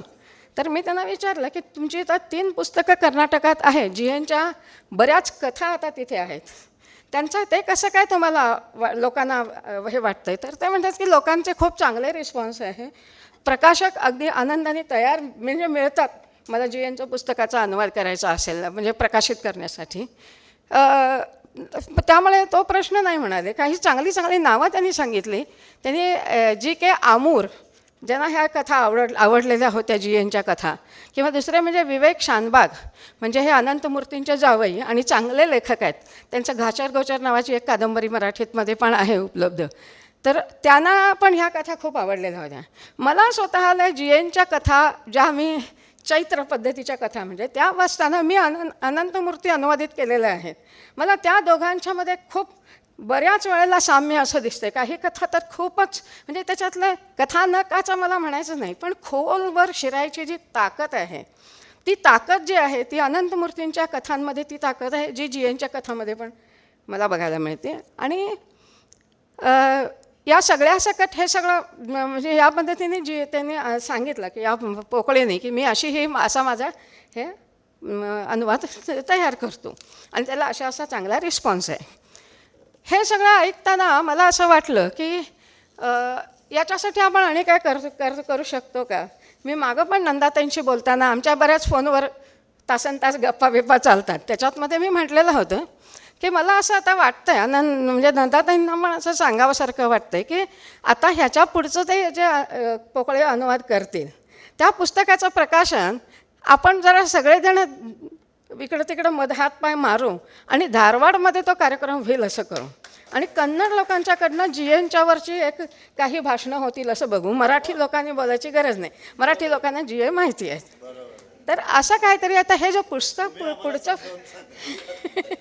नाही आम्ही काय ते आहेत की तिकडं एक्सपर्ट. तर मला असं वाटतं की आपण आता म्हणजे हे आपण अनुवाद करणं, प्रकाशित करणं, जन्मशताब्दी करतो आहोत. स्वतः GNच्या कथाची ताकद ती आहेच की त्या चालत राहणार आहेत. जसं साळुंके म्हणाले किंवा सगळेच वक्ते म्हणत आहेत की हे नाही, ते पुढे पुढे जात राहणार आहेत. मला पोकळेंच्या संदर्भातली कळालेली आणि एक जरासं वेगळी गोष्ट अशी आहे की पोकळे धारवाडमध्ये ते कुठल्या त्यांच्या एका कॉलेजमध्ये GNचे ते विद्यार्थी होते कॉलेजमध्ये आणि हे होते आणि त्या इंग्लिशच्या लेक्चरला ते जाऊन वगैरे बसायचे हे त्यांनी सांगितलं आणि खूप तो वर्ग वगैरे रंगायचा वगैरे. त्याने आणि एक गोष्ट सांगितली ती मला काय कुठं म्हणजे आत्तापर्यंत कधी ऐकण्यात आली नव्हती. मला असं आपल्याला माझी अशी समजूत होती की आमचा एवढा मोठा लेखक कर्नाटकात राहतो आणि त्याच्याकडे तिथं त्यांची खूप काहीतरी फार त्यांना ओळखत नाहीत की काय. तर पोकळेने अनुभव असं सांगितलं की GNचं नवीन पुस्तक आलं मराठीतलं तर त्यांचे एक धारवाडकर मी ते नाव लिहून आणलेलं आहे, एक प्रोफेसर होते. हां, धारवाडकर हे होते. धारवाडकर हे तिथले जे प्रोफेसर होते, प्रिन्सिपॉल होते. त्यांना आपल्याकडे GA आहेत म्हणजे काय याची जाणीव होती आणि आलेल्या पुस्तक नोटीस बोर्डवर लावलं जायचं. त्यांच्या कथा नोटीस बोर्डवर वगैरे लावल्या जायच्या आणि त्यांना त्यांच्या संदर्भात जे काही होईल त्याला ते धारवाडकर हे जे प्रोफेसर होते ते त्यांना चांगले म्हणजे एक चांगला लेखक आपल्याकडे काम करतो आहे हे त्यांच्या लक्षात होतं आणि त्यामुळे असं ते एक त्यांनी वेगळं सांगितलं मला. त्यात त्यांनी ते स्वतःच आले असते तर फार चांगलं झालं असतं. मला आता आणखीन एक लक्षात आले, आज हा ज्या मराठी कथासंग्रहाचं जे प्रकाशन झालं त्याचं मला एक अनुवादक म्हणून महत्त्व असं वाटतं आहे की हे वेगवेगळ्या भाषेतल्या लोकांच्यापर्यंत जर का हे एक पुस्तक जरी मिळालं तरी त्यांना 10 सगळे वाचून निवड करण्याइतकी ज्यांना सवड नसते त्यांना ह्या पुस्तकाचा फार मोठा उपयोग होईल. तर हे एक मला असं वाटतं आहे आणि पुढच्या कथासंग्रहाच्या वेळेला जरा धारवाडमध्ये कार्यक्रम करायचा जरासा जमवा. मी थांबते. धन्यवाद. यानंतर आपण लगेचच अभिवाचनाचा कार्यक्रम सुरू करणार आहोत. मी मान्यवरांना अशी विनंती करते की त्यांनी सभागृहामध्ये स्थानापन्न व्हावं. कथा एका देवाचा मृत्यू. आई, आता मी निघतो. माझे मित्र वाट पाहत असतील. तो म्हणाला आणि किंचित हसला. तू काही चिंता करू नकोस, मी सुखरूप परत येईन. पण तू मात्र मला आशीर्वाद दे. माझ्या पित्याच्या या कवचाला मी अनेकदा स्पर्श केला होता, पण ते आज अंगावर धारण करण्याचे भाग्य मला मिळाले आहे. माझ्या हातातील त्याची तलवार अनेक युद्धात रक्ताने न्हाली आहे. तिला शोभेल असे शौर्य ती आता धरणाऱ्या हातातही दिसू दे, असा तू मला आशीर्वाद दे. आईचे ओठ हलले, पण ती कापऱ्या आवाजात म्हणाली, पण यापुढे मात्र युद्धावर जाणार नाही या तुझ्या पवित्र शपथेची तुला आठवण आहे ना? या युद्धात एकदा शत्रूचा नाश झाला की माझ्या हयातीत तरी युद्धाचा प्रसंग येणार नाही, तो आत्मविश्वासाने म्हणाला.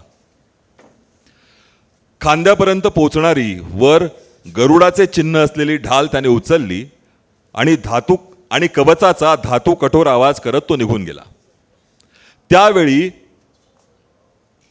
अभिमानाने तिचे हृदय भरून आले, तरी त्याचा एक कोपरा गतस्मृतीने व्याकुळ झाला. तिचा पती याच आत्मविश्वासाने हेच कवच हीच तलवार घेऊन रणभूमीवर गेला होता. त्यावेळी हा मुलगा कोवळ्या कणसाप्रमाणे वीतभर होता आणि आईचे वस्त्र धरून उंबऱ्यावर उभा होता. जाताना त्याने आपल्या मुलाचे मऊ सोनेरी केस प्रेमाने विस्कटल्यासारखे केले आणि म्हटले, परमेश्वरा, हा माझा मुलगा. तो पुढे रणांगणावर जाताना लोकांनी म्हणावे, याचा बाप गरुड असेल, पण त्याचा मुलगा गरुडानेही अनिमिष डोळ्यांनी ज्याकडे पहावे असा सूर्य आहे, असे शौर्य त्याला दे. थोड्या दिवसांनंतर सैनिकांनी विशाल ढालीवर घालून त्याचा मृतदेह अंगणात आणून ठेवला. त्यावेळी त्याचा चेहरा रक्ताने माखला होता आणि भव्य वृक्षावर 1000 कुऱ्हाडीचे घाव दिसावेत त्याप्रमाणे त्याचे शरीर दिसत होते. तलवारीने आपला पती गिळला, पण आपल्या एकुलत्या मुलाला तिचा स्पर्शही होऊ देणार नाही अशी तिने प्रतिज्ञा केली. तिने टेकडीवरील मंदिरातील दैदिप्यमान मूर्तीपुढे 3 दिवस प्रार्थना केली आणि आपल्या मुलाला रणांगणावर कधीही मृत्यू येऊ नये असा वर मागितला. मूर्तीखाली सदैव ध्यानस्थ बसलेल्या सेविकेचे ओठ हलले आणि तिच्या डोळ्यात तेजाची रेषा दिसली. तुझ्या इच्छेप्रमाणे होईल. तिच्या तोंडून गंभीर आवाज आला. मंदिराची शिलानशिला क्षणभर थरकून गेली. त्याला रणांगणावर मृत्यू येणार नाही. त्याला शत्रूकडून कधी भय नाही. त्याला शत्रूकडून कधी भय नाही. त्याला कधी तलवारीने मरण येणार नाही. त्याला कधी तलवारीने मरण येणार नाही. आईचा आवाज आनंदाने कोंडल्यासारखा झाला. तिचे डोळे पाण्याने भरले. ताण संपल्याप्रमाणे सेविकेचे अंग सैल झाले आणि ती निश्चेष्ट पडली. असे मनासारखे वचन मिळाले तरी तिने मुलाला युद्धकलेपासून दूर ठेवण्याचा प्रयत्न केला होता. शत्रूकडील वीरांच्या अंगावरून ओरबाडून आणलेली अगणित विजयचिन्हे तिने तळघरात लपवली आणि त्याचे दार कायमचे चिणून टाकले. पूजन केल्याप्रमाणे ती आपल्या पतीची तलवार आणि त्याचे कवच दररोज रेशमी वस्त्राने पुसत असे, पण त्यावर सदैव काळ्या मखमलीचे वस्त्र झाकलेले असे. तिने आपल्या मुलाला संगीत शिकवले. अबोध आकारहीन शिलाखंडाच्या आत लपून राहिलेल्या कलावंताच्या हस्तस्पर्शाची वाट पाहत असलेल्या सौंदर्य मूर्ती सजीव करण्याची कला प्राप्त करून दिली. पण काल सारे स्वप्न संपून गेले. त्याने संगमरवरी शिलाखंड कोपऱ्यात सरकवले, तंतुवाद्य खुंटीला टांगले आणि काळे मखमली वस्त्र बाजूला सारून कवच उचलले आणि ते आता आपल्या अंगावर बसेल का याचा तो अंदाज घेऊ लागला. हातातील सारी वाळू सरकून गेल्याप्रमाणे ती हताशपणे सारे पाहत होती.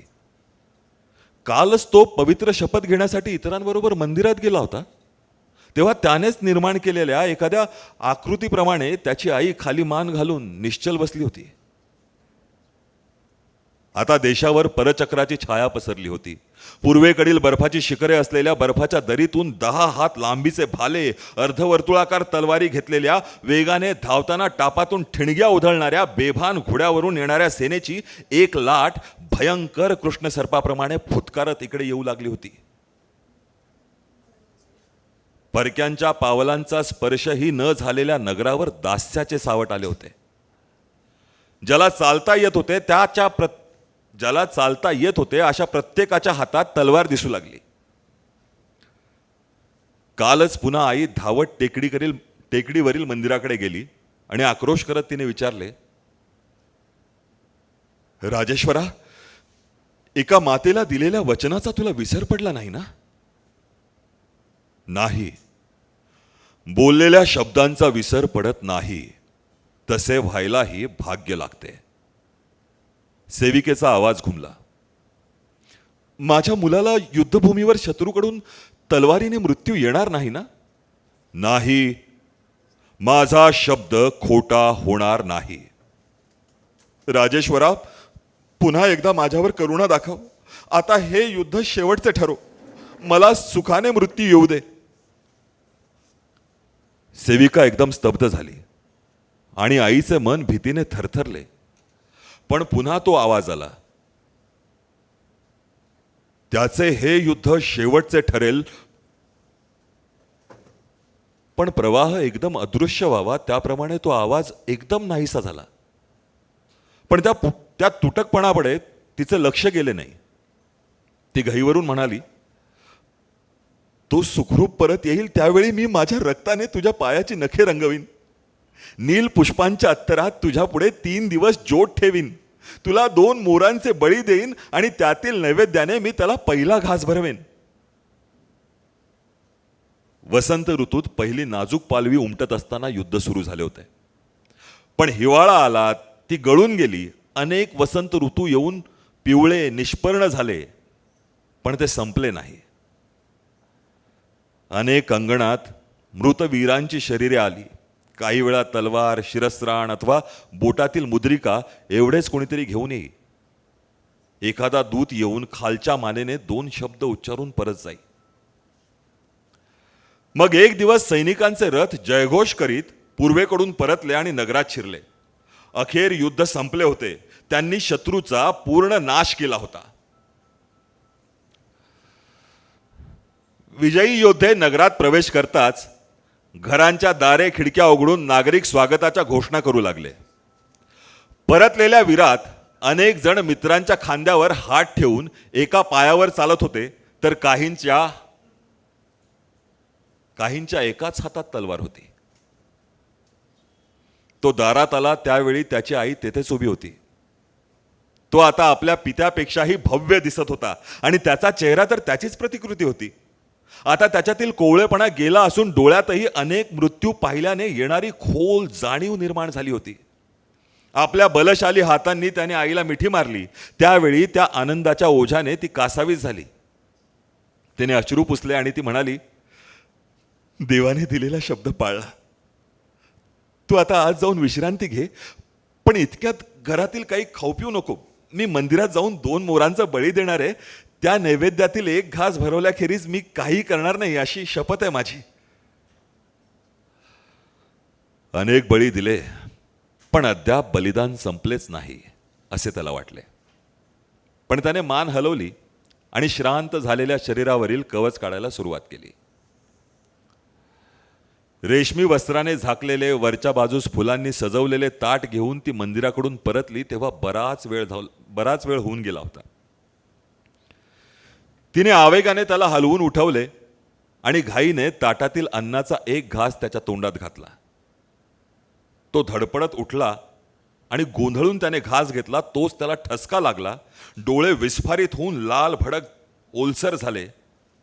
अंग ताठरल्यासारखे होऊन तो अंथरुणावर कोसळला. बधीर चेहऱ्याने ती क्षणभर पाहतच राहिली. नंतर भीषण सत्य ध्यानात येताच तिच्यातील सारी शक्ती ओसरली. हातातील ताट जमिनीवर उथळले. ती तशीच बाहेर पडली आणि आंधळेपणाने टेकडीवरील मंदिराकडे येऊन तिने त्या भव्य मूर्तीपुढे अंग टाकले. ती वेदनेने फुटलेल्या आवाजात म्हणाली, हे देवा, चंद्र सूर्य तुझ्या डोळ्यात उगवावेत, मावळावेत एवढे तुझे सामर्थ्य. साऱ्या सागराची हालचाल म्हणजे तुझ्या हृदयाचे स्पंदन आहे आणि तुझे पाऊल टेकण्यासाठी सारी पृथ्वीच वेदिका झाली आहे. असा तू महान असून माझ्यासारख्या सामान्य स्त्रीला तू कसे फसवलेस? सेविकेचे अंग डोलू लागले. तिचे डोळे शून्य झाले आणि ती आपल्या ओठांनी पण परक्या शब्दांनी म्हणाली,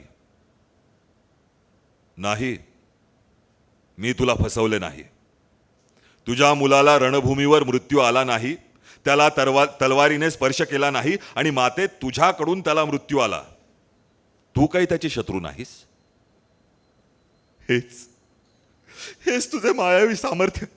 शब्दांचा खेळ करून तू एका भोळ्या स्त्रीला शब्दात पकडलेस. तू त्याला अमर का केले नाहीस? असला मृत्यू तरी का टाळला नाहीस? निदान त्याला मृत्यू देणारा हात प्रत्यक्ष आईचाच तरी तू करायला नको होतास. सेविकेचे ओठ म्हणाले, स्त्रिय ऐक, मानवाला अमरता देण्याचे सामर्थ्य मलाच काय इतर देवांनाही नाही. आणि जे भवितव्य एकदा निश्चित झाले आहे ते बदलून टाकण्याची शक्ती तर कुणामध्ये? तू ज्यावेळी प्रथम येथे आलीस त्याच वेळी हे सारे असे घडणार हे मला डोळ्यांसमोर दिसत होते. माझ्याच तोंडून माझे वर्म ऐकायचे असेल तर ऐक. मानवाला आपले भविष्य दिसत नाही, देवांना ते दिसते. पण नियतीच्या आकृतीत बदल करण्याबाबत मानव काय देव काय दोघेही असहाय्यच असतात.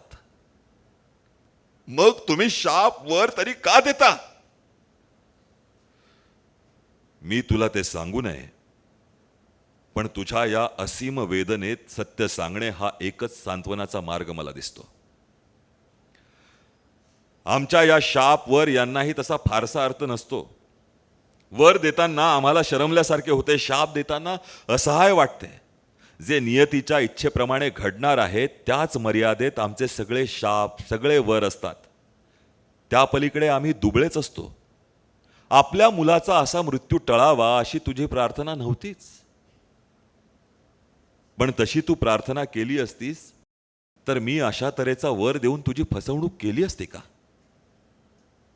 माते, आमच्याविषयी एक गोष्ट ध्यानात ठेव. नियतीच्या विरुद्ध आम्ही आमचे सामर्थ्य पणाला लावत नाही.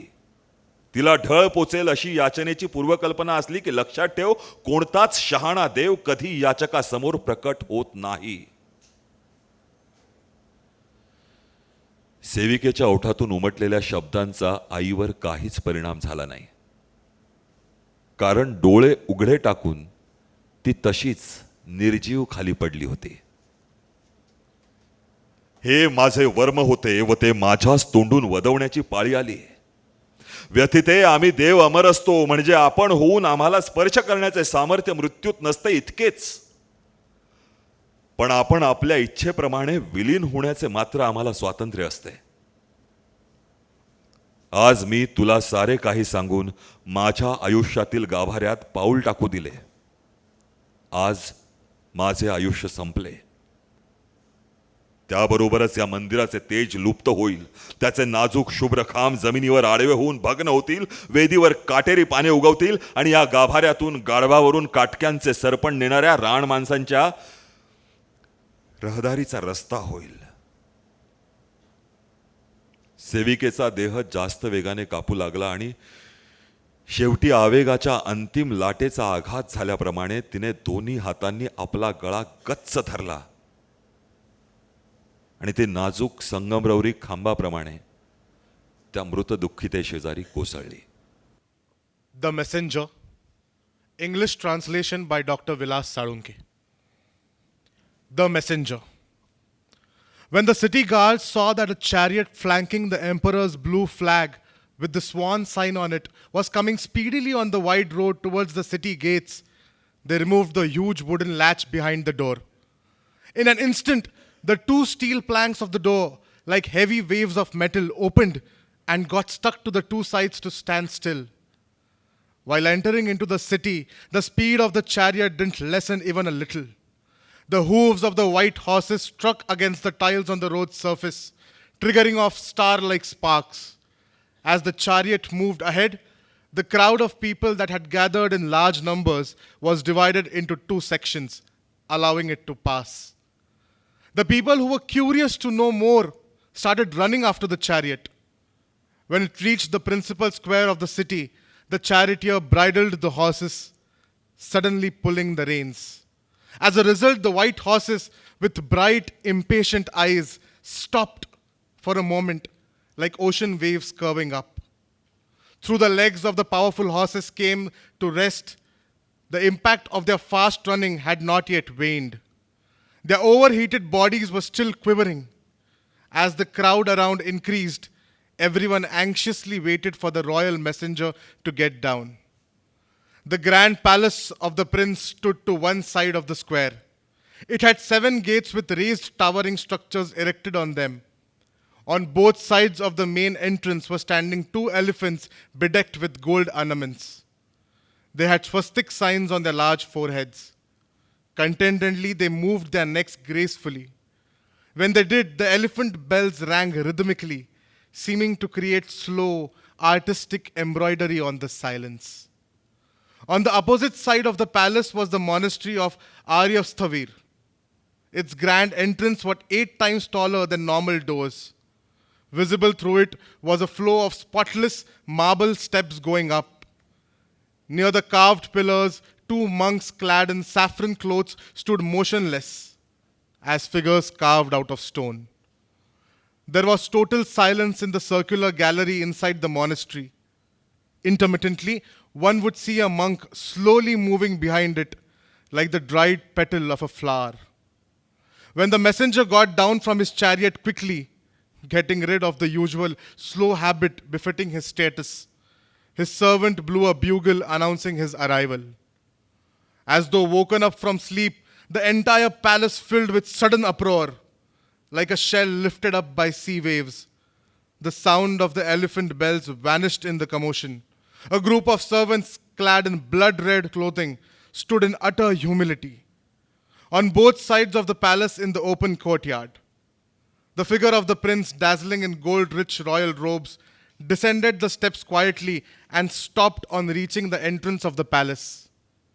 So also in the open area of the monastery, the monks who were moving here and there came together in a line like dry flower petals grouped together in a garland. When the figure of Aryastavir in a loose silky garment started coming down, his disciples too descended after him with the same measured and respectful pace. A monk, clad in a garment bearing the picture of an altar on fire, held in his hand a royal staff which had a lotus on top. Another monk held a saffron silk parasol over him in the protection. The messenger was happy and contented that the entire gathering had their eyes fixed on him. Joy and cheerfulness brightened his old face. Feeling a little proud, he went forward. He looked at the prince and Aryastavir with respect and formally greeted them as was the convention. Addressing them, he said, "Royal Highness and Your Holiness, I have come here as the special royal messenger of the Emperor. I have the privilege to announce the Emperor's order before this congregation of people. When the Emperor had gone on a hunting campaign near the Lotus Pond, close to the temple of Shaileshwar, he had an extraordinary, divine revelation. Hence, he has sent me urgently here. Leaving his hunting expedition, the Emperor has gone into hiding to an unknown place to pray and meditate. In order to implement his order without delay, he didn't waste even a moment to send his decree stamped with the royal mark. I too have reached here in person within 2 days without wasting a single moment on food and sleep. The nature of his order is public, and every citizen devoted to the Emperor has a right to successfully implement it, because everybody's life depends on that success. The order of the Emperor is..." There was a perfect silence among the crowd of the people. The prince went a step ahead inadvertently. Aryastavir first opened and clenched his hands. When the bells around the elephant's neck started jingling again, the two servants standing next touched them gently and silenced them. "The order of the Emperor is..." The messenger tried to speak again, but his throat choked and his words refused to come clear. He felt a dark cloud spreading in front of his eyes, as though his body froze from within.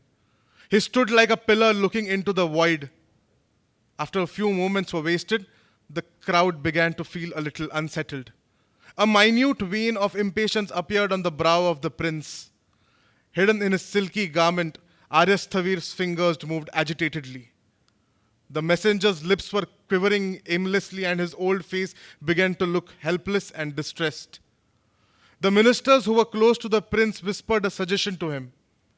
The prince came closer to the messenger and said with a smile, "Royal messenger, you seem to be under the stress of the journey still. Your assignment seems to be causing you significant tension. However, I have some idea of the Emperor's order that you have brought. For a long time, His Highness has had a strong desire to make proper arrangements for his succession. He might have ordered that I should hold the seat of power." At that moment, there appeared Aryastavir with 2 disciples and a guard bearing the staff. The face of Aryastavir looked deeply mysterious. His tight lips rendered their lines clearer. "Your Highness, it's not possible that the order brought by the messenger be so.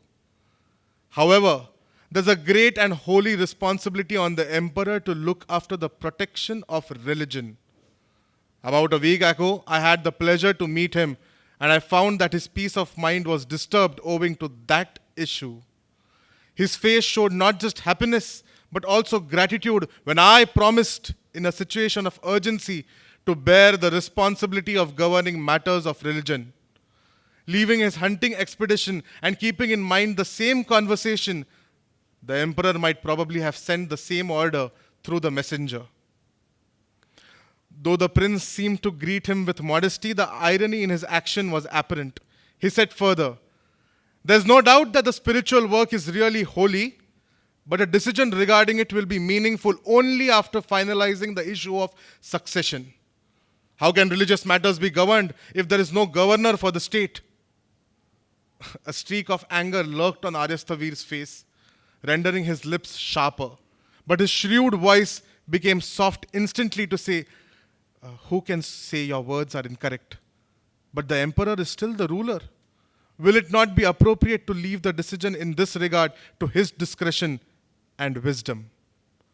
Though the numbness of the mind still held him captive, the lips of the messenger moved to say, "Pardon your messenger, master. My memory has suddenly become heavy and lifeless. I have completely forgotten what the order of the emperor was. But I am confident that it was not about the issue of succession. An order of that sort would have the stamp of the royal seal, and the messenger would have carried a white flag with the sign of a sword." Listening to his words, the face of the prince turned pale, and the lips of Aryastavir moved a little. The messenger went on to say, "And that order wasn't about the governance of religious matters either. There are different messengers to carry those orders, and their flags have the sign of an ascetic's water pot. Even when the emperor had both the flag bearers at his disposal, he had chosen me. Royal messenger, after the strain of this expeditious journey vanishes from your memory will brighten up, and we will be able to hear the order of the emperor. Until then, we would be obliged if you could accept our hospitality in the palace," the minister said. Looking at the prince, appreciating the ingenuity of the minister's idea, the prince gladly beckoned two servants. "This is a welcome suggestion of the minister," said Aryastavir. "In this endeavor, I too wish to offer my humble cooperation." He turned to a monk with a broad but indifferent face and said, "Bhadrananda, you go with the messenger into the palace, staying close to him day and night. Offer your humble services to the prince." Like a shadow leaving its original subject, Bhadrananda left. Aryastavir, and walking away with slow steps, went ahead and stood near the messenger. Defeated, the prince became angry. When he was about to say something, the minister touched him softly, and the prince controlled himself in an instant. The servants removed the messenger, who seemed glued to his place, and holding his hand, brought him to the palace along with Bhadrananda. The messenger was made to sit on a seat with soft cushions. Bhadrananda spread his cloak to a side and sat motionless, as if he was one of the surrounding sculptures. Arrangements were made for a hot, perfumed bath for the messenger. A maid prepared a soft, rich bed for him and stood nearby, waiting to serve him. In front of the messenger were kept dainty dishes and utensils full of varieties of eatables. The prince gave an order to everyone that he should be looked after well. But the messenger sat dazed, as if an unseen blow had hit him hard. With the evening, darkness thickened. Lamps fitted with precious stones were lit. On daybreak, the sunlight dimmed their light, and yet sleep did not touch the messenger. Bhadrananda didn't touch him either. The prince kept on walking up and down restlessly in his bedchamber. Servants would go near the messenger intermittently to check. Listening to the same answers from them again and again angered the prince. When the sunlight spread on the marble floor, the prince reached there with his ministers and stood in front of the messenger. "If you don't remember the emperor's orders in a few moments, I will cut off your head myself," said the prince angrily. Immediately, Bhadrananda's indifferent face showed some sign of life. Addressing the prince, the minister said, "It's a diplomatic convention that members of the royal family should not express their anger in public places. Control yourself, Your Honor." "But this is not a public place. This is my palace. It's my residence." "It may be true, but not at the moment," uttered the minister, looking suggestively at Bhadrananda. "I hope Your Highness is aware of saying that a stranger's touch turns a bedroom into a brothel and an idol into clay. Of course, we have to use other means for the messenger now. When requests fail in achieving the target, attacks may bring in the desired result." The minister gave orders to a servant. After a while, there entered with the servant a tall, strong man whose face and body were covered in black cloth. He had 3 different bright weapons in his hand. His entry cast a shadow everywhere around. Bhadrananda too got up instantly.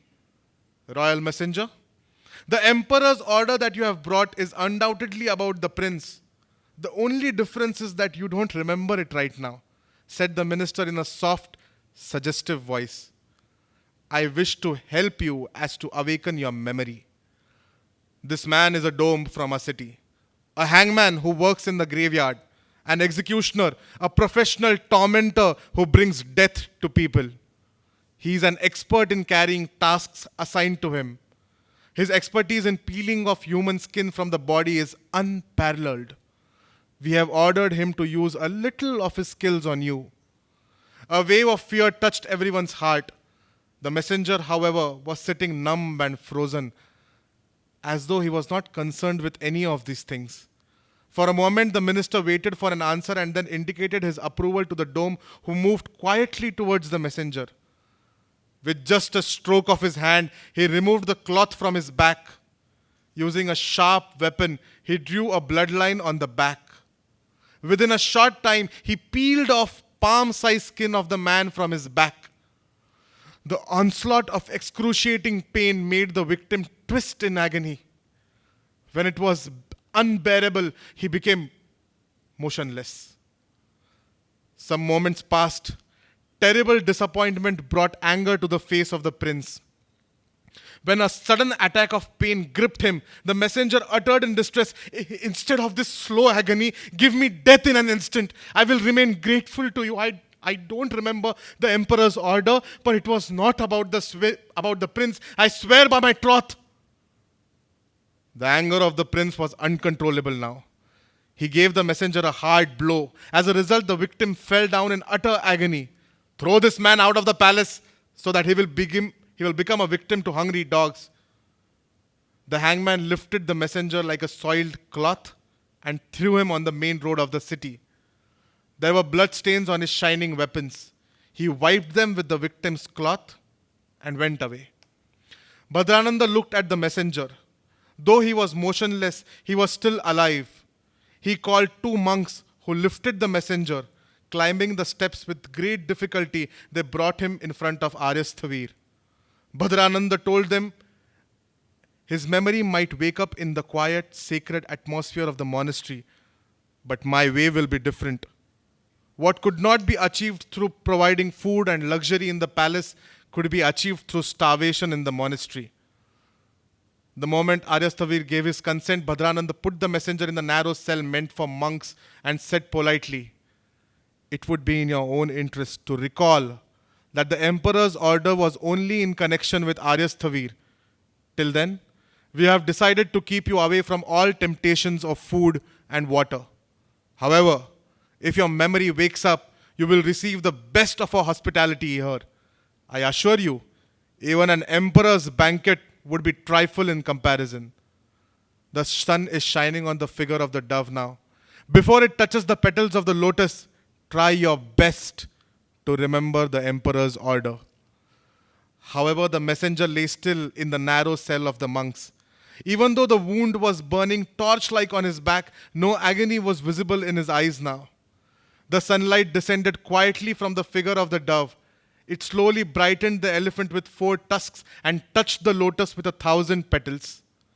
As the light fell on the pond, the leaves of trees on the shore turned golden for a moment and then darkened again. Neither did the lifelessness on the messenger's face change, nor did he utter a word. Bhadranand's indifferent face became anxious and angry. He said, I don't see any other way but to take him now to the house of penance. The monks took him out. His body was dry and worn out. The skull under the face was perceptible now. Taking the messenger to the sprawling cell under the monastery, they placed him on the altar in the middle. 2 monks tied his hand and legs to a control of the altar tightly. Breathing out a sigh, the messenger opened his eyes and looked up. On the wall above, there was a powerful oil lamp. Their moving flames fell on several tormenting tools and machines hung above. letting their quivering shadows move on the wall like unsatisfied ghosts. Exactly above the altar was hanging a copper vessel surrounded by a round-shaped iron pot in which slow-burning tongues of fire were waking up to burn. Looking at the scene, the messenger forgot the pain on his back and he cried helplessly, "Dharmaguru, I have no idea what you are going to do. I request you to see that I die in an instant. I am unable to bear any more pain now." Bhadrananda's face remained indifferent. When the monk he had sent out returned, he was followed up to the altar by the dome covered in black. "Dome, the messenger needs the experience of the ordeal of oil first. Instead of a powerful blow, slow but poignant attacks of pain are more effective sometimes. Of course, how long should this process of inflicting pain go on will depend on the messenger's discretion and understanding," said Bhadrananda. Getting his orders, the dome climbed up the steps and kindled and intensified the fire in the iron circle. Now the tongues of fire went up in anger and started moving around the copper utensil greedily. Down in the house of penance, many monks gathered like shadows in the corners and looked at the scene of torture with bated breath. After a while, the copper utensil became terribly hot. It looked blood red. The hangman then removed the cover on the hole underneath the pot. Instantly, a clear, round drop of boiling oil descended speedily and fell on the body of the messenger. The moment it touched the skin, a ball was formed as if a bubble had come up from within. As the round skin burnt underneath the ball, it darkened. Terrible pain stretched the messenger's body beyond measure, and he gave out a loud cry. "Let such oil drops fall intermittently," said Bhadrananda with satisfaction. Don't do this. Cut off my head and give me an instant death. Be merciful to the poor," said the messenger, begging them. Presently, one after another, oil drops fell on him, and unbearable pain made him disoriented. "Have you remembered the emperor's order was only about Aryasthavir?" asked Bhadrananda in a suggestive whisper. No, I don't remember it still," said the messenger in a weak, broken voice. "But it wasn't about Aryasthavir." Nobody was aware that Aryasthavir had come silently and watched the entire scene. He moved his neck negatively and said, "Bhadrananda, throw this poor pig into the graveyard, or else our hands will be soiled with the sin of his slaughter." And he left. Though Bhadrananda accepted the order, his face became terribly cruel. This was the second defeat he had to face in years. When an ordinary courtesan, while pieces of her flesh were being pulled out slowly, had refused to tell where the son of Aryasthavir from his earlier life was living, he had suffered the first ever defeat of his life. According to him, some more means were still available. For example, pushing a blood-hot dagger through the throat. The dome was an expert in carrying out this task. Or there was another successful method. Hold a victim's hand, apply honey to it, and set free a blood-sucking insect upon it. He had also made up his mind to use, if necessary, the inhuman method of torture, to nail the muscular parts of the body and fill the holes with terrible poison that would burn human blood. He strongly felt that Aryasthavir shouldn't have come here at the moment. When he saw the monk who was supposed to inform him of Aryasthavir's visit, he couldn't control his anger. The unreliable monk came and stood trembling. He called the dome and told him to punish the monk by throwing him into the snake pit for some hours. "And throw this wreck into the graveyard," Bhadrananda shouted and left in despair. When there was a mention of the snake pit, a wave of mild laughter surged up among the other monks. A newly arrived monk was punished to live in the snake pit. The snakes inside were not poisonous, but the newcomer wouldn't know it. Naturally, when they watched the snakes moving on the body of a monk and his terrible fear-stricken conditions, they couldn't control their laughter. Then they would tell the stories of how 2 monks had died because of sheer fright and how 3 green snakes died, crushed under their bodies. After Bhadrananda left, the monks gathered around the monk with the pale face, laughing uncontrollably. 2 monks lifted the messenger in a inhuman way and threw him in the graveyard at some distance. Afraid to lose the fun in the snake pit, they returned immediately and disappeared into the monastery. The messenger's body had nearly lost all life. Falling on the hard surface of the ground, he breathed out feebly but lay motionless for a long time. The graveyard had a lot many trees and tall grass growing everywhere. The absolute silence therein was disturbed at times only by the flapping of a bird's wings or the singular, harsh calls of grass insects. After a while, when the messenger opened his eyes, he had a feeling that it was not his body and that he was sitting inside it, terribly fear-stricken in some far-off corner. He was aware that some insects were crawling fearlessly on his open legs, but he had lost all strength even to move his feet. After some time, he heard a sound on the grass. Someone came and, putting a hand under his body, lifted him up so that he could sit and put a pot of hot, sweet drink to his lips. As the hot flow entered his body, his numbness went down a little. But at the same time, his pain and agony woke up intensely. Neglecting it with a great effort, he said, Now, what more pain are you going to give me? The strong, ferocious man lifted him up with soft hands and made him sit and spread a rough but warm sheet to cover him. Now, I have not come here to give you any pain, he said tenderly. My hut is close to this graveyard. I have come to take you there. You can take rest without any fear. Though there is no comfort of the palace or the monastery, there will be no touch of pain either. Hearing about the palace and the monastery, the messenger's body felt shivers. He said, You are really kind, but I don't need your help now. I don't have much time left. You will have to bring me here soon. Will it not be better if I stay here? My body cannot tolerate any movement now. Look at my body. Even a breeze touching the open flesh on my back makes me feel dead for a moment. There is a fire burning in all my wounds. Forgive me, royal messenger, said the ferocious-looking man. I know it all. It was I who peeled off your skin, put hot on your body because I am the same dome. I had to do it because it was my duty. Once I remove my black clothes, I am free. So come with me and set aside all doubts. Like a blow of lightning, his words struck the messenger hard. The numbness of his body melted slowly as the void in his mind crumbled. The spark of light that lived somewhere within lit him up, and his body brightened up from within. The messenger held his hand eagerly and said, Dome, the emperor's order is clearly visible to me now. It is obligatory that I reveal it to you now. Death is standing so close to me now that I can feel its cold breath upon me. It seems it was God's wish that I reveal the emperor's order in your presence. It's my great fortune. Do tell me the order, the dome said humbly. It may be a great fortune, but it also entails an extremely difficult ordeal. Dome, mark my words, said the messenger with excitement. If you do not follow the order, you will be put to death. The emperor has inner knowledge. He knows everything. If you don't carry out your duty or make even a slight change in it, thinking that only you know the order, you will have to suffer terrible agony. Will you be able to undertake the task? If you cannot, call someone else, but hurry.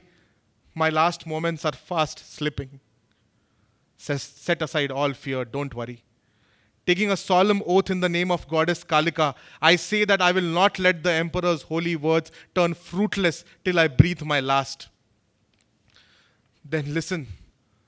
The emperor's order is also about a dome. His name is Kalmukh. The emperor had a vision in the temple of Shaileshwar which said that the dome should be put to death within a period of 3 days. If he does not die, the emperor will be in danger. Enemies will attack, and in the bloodshed that would follow, many people will be killed, and even the emperor will lose his life. That was why the emperor sent me here immediately. The order says that all of the skin from Kalmukh's body should be peeled off, and in front of all the people, he should be immersed in boiling oil. Therefore, you let the people know the order and, before sunset today, see that the order is executed. If you don't carry out your duty, your entire body skin will be peeled off and you will die in agony in the boiling oil. Will you remember the name? Kal Mukh. The dome withdrew his hand and remained motionless like a black stone. He looked blindly at the messenger's eyes that were fast losing life. The messenger was asking, struggling to keep the breath of life alive in his eyes, will you remember the name? Kal Mukh. Yes, I will not forget the name. How can I? In this city, I am the only dome, and my name is Kal Mukh. The messenger looked at him in disbelief. There was a sudden, astonished shift in his eyes, but the next moment life went out of them. His face turned pale, like a seedling steadily finding its way out of the soil. The skull behind his face emerged steadily and at last became totally clear. Thank you. ಜಿ.ಎ. Kulkarni ಅವರ ಪುಸ್ತಕವನ್ನು ಕನ್ನಡಕ್ಕೆ ಚಂದ್ರಕಾಂತ ಪೋಕಳೆಯವರು ಯಥಾವತ್ತಾಗಿ ಅನುವಾದಿಸಿದ್ದಾರೆ. ಅದರಲ್ಲಿಯ ಮದುವೆ ಕಥೆಯನ್ನು ಇವತ್ತು ನಾನು ಓದಲಿದ್ದೇನೆ. ಬಹಳ ದಿನಗಳಿಂದ ಮನೆಯಲ್ಲಿ ಗದ್ದಲ ನಡೆದಿತ್ತು. ಹಲವಾರು ಹೊಸ ಜನರು ಬರುತ್ತಿದ್ದರು. ನಡುಮನೆಯಲ್ಲಿ ಹಾಸಿದ ಜಮಖಾನೆಯ ಮೇಲೆ ಚಹಾ ಫರಾಳ ನಡೆಯುತ್ತಿತ್ತು. ದಾದಾ, ಅಮ್ಮ, ಮಾಮ ಹಲವು ಕಡೆ ಹೋಗುತ್ತಿದ್ದರು. ಅಲ್ಲಿ ಎಲ್ಲರಿಗೂ ಚಹಾ ತಿಂಡಿ ಸಿಗುತ್ತಿತ್ತು. ಮನೆಯಲ್ಲಿ ಮಾಮನ ಮದುವೆ ಚರ್ಚೆ, ಮಾರುಕಟ್ಟೆ ನಡೆಯುತ್ತಿತ್ತು. ಹೀಗಿರುವಾಗ ಒಂದು ದಿನ ಎಲ್ಲರೂ ಸಾರೋಟಿನಲ್ಲಿ ಕೂತು ಸನಿಹದ ಹಳ್ಳಿಗೆ ಹೊರಟರು. ಆನಂದನಿಗೆ ಕಿಟಕಿ ಹತ್ತಿರ ಜಾಗ ಸಿಕ್ಕಿತು. ಅವನಿಗೆ ಒಳಗೆ ನಡೆದಿರುವ ಮಾತುಕತೆಯತ್ತ ಲಕ್ಷ್ಯವಿರಲಿಲ್ಲ. ಸಾರೋಟು ಯಾವ ಮನೆಯ ಮುಂದೆ ನಿಂತಿತೋ ಆ ಮನೆಯು ಉದ್ದವಾಗಿತ್ತು. ಆದರೆ ಹಳೆಯ ಪದ್ಧತಿಯದಾಗಿತ್ತು. ಅದಕ್ಕೆ ಮಹಡಿ ಇರಲಿಲ್ಲ.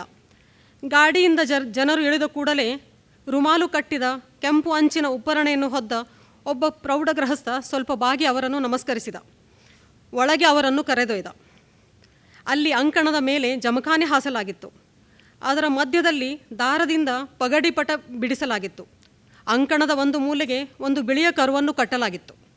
ಅದು ಬರುವ ಹೋಗುವ ಜನರನ್ನು ಬೆಣಚಿನ ಕಲ್ಲುಗಳಂತಹ ಕಪ್ಪು ಕಣ್ಣುಗಳಿಂದ ಕುತೂಹಲದಿಂದ ನೋಡುತ್ತಿತ್ತು. ಆನಂದನಿಗೆ ಆ ಕರು ತುಂಬ ಇಷ್ಟವಾಯಿತು. ಅವನಿಗೆ ಅದರ ಹಳದಿ ಹಗ್ಗವನ್ನು ಕೈಯಲ್ಲಿ ಹಿಡಿದು ಹೊರಗೆ ಗಾಳಿಯಲ್ಲಿ ಸಾಕಷ್ಟು ಕುಣಿದು ಕುಪ್ಪಳಿಸಬೇಕೆಂದನಿಸಿತು. ಸ್ವಲ್ಪ ಸಮಯದ ಬಳಿಕ ನೀಲಿ ಸೀರೆಯಲ್ಲಿ ಒಬ್ಬ ಎಳೆಯ ಹುಡುಗಿ ಹೊರಗೆ ಬಂದಳು ಮತ್ತು ತಲೆ ಬಾಗಿಸಿ ಎದುರಿಗೆ ಕೂತಳು. ದಾದಾ, ಮಾಮ ಅವಳಿಗೆ ಹಲವಾರು ಪ್ರಶ್ನೆಗಳನ್ನು ಕೇಳಿದರು. ದಾದಾ ನಂತರ ಒಂದು ಮರಾಠಿ ಪುಸ್ತಕವನ್ನು ತರಿಸಿ ಓದಿಸಿಯೂ ಕೊಂಡರು. ಅವಳು ಒಳಗೆ ಹೋದ ಬಳಿಕ ರುಮಾಲು ಕಟ್ಟಿದ ಗೃಹಸ್ಥನು ಕಪ್ಪು ಬಸಿ ಇರುವ ಟ್ರೇ ತಂದಿಟ್ಟ. ಕಪ್ಪು ಬಸಿಯ ತುದಿ ಒಡೆದಿತ್ತು. ಚಹಾ ಚೆನ್ನಾಗಿದ್ದರೂ ಸಕ್ಕರೆ ಪ್ರಮಾಣ ಸ್ವಲ್ಪ ಹೆಚ್ಚಿತ್ತು. ಬಳಿಕ ಅದೇ ಹುಡುಗಿಯು ಮಾವಿನ ಹೋಳು ತುಂಬಿದ ತಟ್ಟೆಯನ್ನು ತಂದಿಟ್ಟಳು. ಆದರೆ ಎಲ್ಲರೂ ಮಾವಿನ ಹಣ್ಣು ಬೇಡವೆಂದಾಗ ಆನಂದನಿಗೆ ಬೆರಗಾಯಿತು. ಸ್ವಲ್ಪ ಸಿಟ್ಟು ಬಂತು. ಯಾರಾದರೂ ಎತ್ತಿಕೊಂಡ ಹೊರತು ಅವನಿಗೆ ಮಾವಿನ ಹಣ್ಣು ಸಿಗುವ ಹಾಗಿರಲಿಲ್ಲ. ಆದರೆ ಆ ಗೃಹಸ್ಥನು ಆಕಸ್ಮಿಕವಾಗಿ ಅವನ ಎದುರಿಗೆ ತಟ್ಟೆ ಹಿಡಿದಾಗ ಅವನಿಗೆ ಅರಿವಿಲ್ಲದೆ ಅವನ ಕೈ ತಟ್ಟನೆ ಮುಂದೆ ಹೋಯಿತು. ಅವನು 2-3 ಹೋಳು ಎತ್ತಿ ತನ್ನ ಚಹಾದ ಬಸಿಯಲ್ಲಿರಿಸಿದ. ಅಮ್ಮ ಸ್ವಲ್ಪ ಒಳಬದಿಯಲ್ಲಿ ಕುಳಿತಿದ್ದಳು. ಮಾಮ ನಕ್ಕಾಗ ಅವಳು ನಕ್ಕಿದ್ದೇನೋ ಹೌದು, ಆದರೆ ಮನೆಗೆ ಹೋದ ಬಳಿಕ ಅವಳು ತರಾಟೆಗೆ ತೆಗೆದುಕೊಳ್ಳೋದೇ ಬಿಡುವುದಿಲ್ಲ ಎಂಬುದನ್ನು ಆನಂದ ಅರಿತುಕೊಂಡ. ಏಕೆಂದರೆ ಅವಳ ನಗು ಸ್ವಲ್ಪ ಕೊಂಕಾಗಿತ್ತು. ಆದರೆ ಆ ಗೃಹಸ್ಥನು ಮತ್ತೊಂದೆರಡು ಹೋಳನ್ನು ಅವನ ಬಸಿಯೊಳಗಿಟ್ಟ. ಆನಂದ ಈಗ ತನ್ನೆಲ್ಲ ಗಮನವನ್ನು ಮಾವಿನ ಹಣ್ಣಿನ ಕಡೆಗೆ ಹರಿಸಿದ. ಹೊಡೆತವನ್ನು ತಿನ್ನುವುದಾಗಿದ್ದರೆ ಖಾಲಿ ಹೊಟ್ಟೆಯಲ್ಲಿ ತಿನ್ನುವುದಕ್ಕಿಂತ ತುಂಬಿದ ಹೊಟ್ಟೆಯಲ್ಲಿ ತಿನ್ನುವುದೇ ಲೇಸು ಎಂದವನಿಗೆ ಅನಿಸಿತು. ಮಾವಿನ ಹಣ್ಣು ತುಂಬ ಸಿಹಿಯಾಗಿತ್ತು. ನಾಲಿಗೆ ಮೇಲಿಟ್ಟರೆ ಸಾಕು ಕರಗಿ ಬಿಡುತ್ತಿತ್ತು. ಕೆಲ ಸಮಯದೊಳಗೆ ಅವನು ಸರಿಯಾಗಿ ನೆಕ್ಕಿ ತಿಂದ. 5 ಸಿಪ್ಪೆಯನ್ನು ಬಸಿಯಲ್ಲಿರಿಸಿದ ಮತ್ತು ಅಂಟಾದ ಕೈಯನ್ನು ನೋಡುತ್ತಾ ತಲೆ ಎತ್ತಿದ. ನೀನು ಕೈ ತೊಳೆಯಬಹುದಾದರೆ ನೇರವಾಗಿ ಬಚ್ಚಲಿಗೆ ಹೋಗು. ವಿಮಲ ಅವನಿಗೆ ತಂಬಿಗೆಯಲ್ಲಿ ನೀರು ಕೊಡು ಎಂದು ಪ್ರೇಮದಿಂದ ಆ ಗೃಹಸ್ಥನು ಹೇಳಿದ. ಅಮ್ಮನ ಎದುರಿನಿಂದ ಹಾದು ಒಳಗೆ ಹೋಗುವಾಗ ಆನಂದನು ಅಮ್ಮನತ್ತ ನೋಡದೆ ಹೋದರೂ ಅಮ್ಮನ ಕಣ್ಣಿನ ಝಳ ಅವನಿಗೆ ಅರಿವಿಗೆ ಬಂತು. ಹೊಸ ಸೀರೆಯುಟ್ಟು ಆಗ ಕೆಳಗೆ ಕುಳಿತ ಆ ಹುಡುಗಿ ಸಮೀಪ ಬಂದಳು. ಅವನನ್ನು 2 ಕೋಣೆ ದಾಟಿ ಬಚ್ಚಲಿಗೆ ಕರೆದೊಯ್ದಳು. ಇದು ಬಚ್ಚಲೆ ಎಂದವನು ಕೇಳಿದ. ಅವಳು ಗೋಣು ಹಾಕಿದಳು. ಬಳಿಕ ಮೆಲ್ಲಗೆ ಹೇಳಿದಳು, ನಾವು ಹಿತ್ತಲಿಗೆ ಹೋಗೋಣ, ಅಲ್ಲಿ ದೋಣಿಯಲ್ಲಿ ನೀರಿದೆ, ಹಿತ್ತಲಲ್ಲಿ ನೆಲ್ಲಿಕಾಯಿಗಳು ಕೂಡ ಇವೆ. ಹಿತ್ತಲಲ್ಲಿ ಒಂದು ಕಲ್ಲಿನ ದೋಣಿಯಲ್ಲಿ ಸ್ವಚ್ಛ ನೀರಿತ್ತು. ಅದನ್ನು ಅವನ ಕೈಗೆ ಸುರಿದು ಅವಳು ಕೇಳಿದಳು, ನೀನು ಮಾಮನ ಮುದ್ದಿನ ಹುಡುಗನೇನು? ಹೌದು, ಮತ್ತೆ ನಿನ್ನೆ ಸಂಜೆ ನಾನು ಬಗುರಿಬೇಕೆಂದೆ, ರಾತ್ರಿ ಬರುವಾಗ ಮಾಮ ಬಗುರಿ ಮತ್ತು ದಾರ ತಗೊಂಡು ಬಂದ. ಹಾಗಾದರೆ ನನ್ನದೊಂದು ಕೆಲಸ ಮಾಡು ಎಂದವಳು ಕಳಕಳಿಯಿಂದ ಹೇಳಿದಳು. ಅವರಿಗೆ ಈ ಮದುವೆಯನ್ನು ಒಪ್ಪಿಕೊಳ್ಳುವಂತೆ ಹೇಳು, ನನ್ನನ್ನು ಇಲ್ಲಿಂದ ಬಿಡುಗಡೆ ಮಾಡುವಂತೆ ಹೇಳು. ನಾನಿಲ್ಲಿ ಬೀಸೋ ಕಲ್ಲಾಗಿದ್ದೇನೆ. ನನ್ನಿಂದಾಗಿ ನನ್ನ ಉಳಿದ ತಂಗಿಯರ ಮದುವೆ ಆಗುತ್ತಿಲ್ಲ. ಆನಂದನಿಗೆ ಹೆಚ್ಚೇನೂ ಅರ್ಥವಾಗದಿದ್ದಾಗ ಅವನು ಗೋಣು ಹಾಕಿದ. ಅವಳು ತನ್ನ ಸೀರೆಯ ಸೆರಗಿನಿಂದ ಕೈ ಒರೆಸಿದಳು. ಅದರ ರೇಷ್ಮೆಯ ವಾಸನೆ ಅವನಿಗೆ ತುಂಬ ಇಷ್ಟವಾಯಿತು. 4 ನೆಲ್ಲಿಕಾಯಿಗಳನ್ನು ಅವನ ಕಿಸೆಗೆ ತುರುಕಿದಳು. ಒಳಗೆ ಬರುವಾಗ, ನಾನು ಹೇಳಿದ್ದು ಮರೆಯಬೇಡ, ಬೇರೆ ಯಾರಿಗೂ ಹೇಳಬೇಡ ಎಂದಳು. ಸಾರೋಟು ಮರಳಿ ಬಂದಾಗ ರಾತ್ರಿಯಾಗಿತ್ತು. ಊಟದ ಬಳಿಕೆ ಆನಂದನಿಗೆ ತೂಕಡಿಕೆ ಬಂತು. ಅವನು ಮಹಡಿಗೆ ಹೋದ. ಅಲ್ಲಿ ನಿಂತ ಮಾವನಿಗೆ ಅವಸರದಿಂದ ಸುದ್ದಿ ಹೇಳಿ ಅವನು ಹಾಸಿಗೆ ಒಳಗೆ ಬಂದ. ಹೀಗೆ ಹೇಳಿದಳೆ, ಸರಿ, ಆದರೆ ಅಮ್ಮನಿಗೆ ಮಾತ್ರ ಏನೂ ಹೇಳಬೇಡ. ಅವನು ಮುಂದೇನಾದರೂ ಹೇಳುವ ಮೊದಲೇ ಆನಂದ ಉರುಳಿಕೊಂಡ. ನಂತರ ಮಾಮನ ಮದುವೆ ಬೇರೆ ಹುಡುಗಿಯೊಂದಿಗೆ ಮನೆಯಲ್ಲಿ ವಿಜೃಂಭಣೆಯಿಂದ ಜರುಗಿತು. ಹೊಸ ಮಾಮಿ ಚೆನ್ನಾಗಿದ್ದಳು. ಅವಳ ಕೈತುಂಬ ಆಭರಣಗಳಿದ್ದವು. ಈಗ ಈ ಘಟನೆ ನಡೆದು ಅದೆಷ್ಟೋ ವರ್ಷ ಉರುಳಿದವು. ಈಗ ಮನೆಯಲ್ಲಿ ಆನಂದನ ಮದುವೆ ಚರ್ಚೆ ನಡೆಯುತ್ತಲಿದೆ. ಎಲ್ಲಾದರೂ ಹೋದಾಗ ಚಹಾದ ಜೊತೆ ಮಾವಿನ ಹಣ್ಣು ಬಂದರೆ ಎತ್ತಿಕೊಳ್ಳುವ ಮನಸ್ಸಾಗುವುದಿಲ್ಲ. ಮನಸ್ಸಿಗೆ ಕಸಿವಿಸಿ ಆಗುತ್ತದೆ. ಹಳ್ಳಿಯ ರೇಷ್ಮೆ ಸೀರೆಯ ಹುಡುಗಿಯ ಗತಿ ಏನಾಯಿತೋ ಯಾರಿಗೊತ್ತು. ಧನ್ಯವಾದಗಳು. सीमा ओलांडून पलीकडे जाण्याची वेळ येत आहे, पण मला नेण्यासाठी पताका लावलेला रथ येणार नाही. मी जात असता तुतारी निनादावी, अगर मला येताना पाहून चौघडे बाजूला लागावे असे काही भव्य मी निर्माण केले नाही. मी लावलेल्या रोपट्यांचे आकाशस्पर्शी देवदार झाले नाही की माझ्या शब्दाने राघव आणि तिमिंगर एवढी महाकाव्ये निर्माण झाली नाही. येथे माझ्यासाठी महाद्वार उघडले जाणार नाही. माझा साराच प्रवास धुळीतून अनवाणी पावलाने झाला आहे. परंतु माझ्यासाठी लहान दिंडी उघडणाऱ्या द्वारपालानो, मी हीन दीन दरिद्री होऊन तुमच्याकडे आलो नाही, ही गोष्ट ध्यानात असू द्या. सर्वत्र पसरलेल्या झळझळीत सूर्यप्रकाशात क्षणभर तरी का होईना मी माझा स्वतःचा एक लहान तारा पाहिला आहे. समुद्रात बुडालेल्या द्वारकेची एक गोपूर तरी मी क्षणभर त्याच्या सुवर्ण वैभवात पाहिले आहे. येत असता माझे हात रिकामे दिसले तरी ते रीते नाही. त्यांच्या बोटांना मरव्याचा वास लागला आहे. त्यांनी भरवलेला घास घेताना काही अगदी लहान मुलांना फार आनंद झाला आहे. लाल डोळ्यांचा एक पक्षी त्यांच्यावर फार प्रेमाने आणि विश्वासाने उतरला आहे. मी एक क्षुद्र याचक म्हणून येथे येत नाही. मी माझा दायभाग घेण्यासाठी विना दैन्य येथे पाऊल टाकत आहे. म्हणून द्वारपालानो, माझ्यासाठी दिंडी उघडताना तुमच्या वागण्यात थोडी नम्रता असू दे, तुमच्या शब्दात थोडा आदर दिसू दे. कारण धुळीने भरलेल्या अनवाणी पण रोख पावलाने मी येथे येत आहे. आता मी निघालो आहे. म्हणून हे कालपुरुषा, तू मला स्वच्छ निरंजन मनाने निरोप दे. तू माझ्यापासून खूप हिरावून घेतलेस. माझ्या आशा, माझी स्वप्ने, माझी आवडती माणसे तू माझ्याकडून लुबाडून घेतलीस आणि मला निर्दयपणे दरिद्री केलेस. त्यामुळे मी तुझ्यावर अनेकदा संतापलो, द्वेषाने जळत राहिलो, हे खरे आहे. पण त्याचे कसलेही सल आता मनात ठेवू नको. आता निघण्याच्या क्षणी तर माझ्या मनात कसलेच वैषम्य उठले नाही. शिवाय पूर्वी देखील मी उगाच तुझा द्वेष केला, ही जाणीव आता मला झाली आहे. मला जे सुख मिळाले ते तुझा माझ्यावर विशेष लोभ होता म्हणून नव्हे.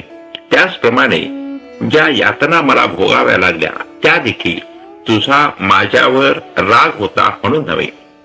मी तुझ्या समोर असहाय्य होतो, पण तू देखील एका अविरतपणे फिरणाऱ्या चक्राला बांधलेला असल्यामुळे असहाय्य होतास.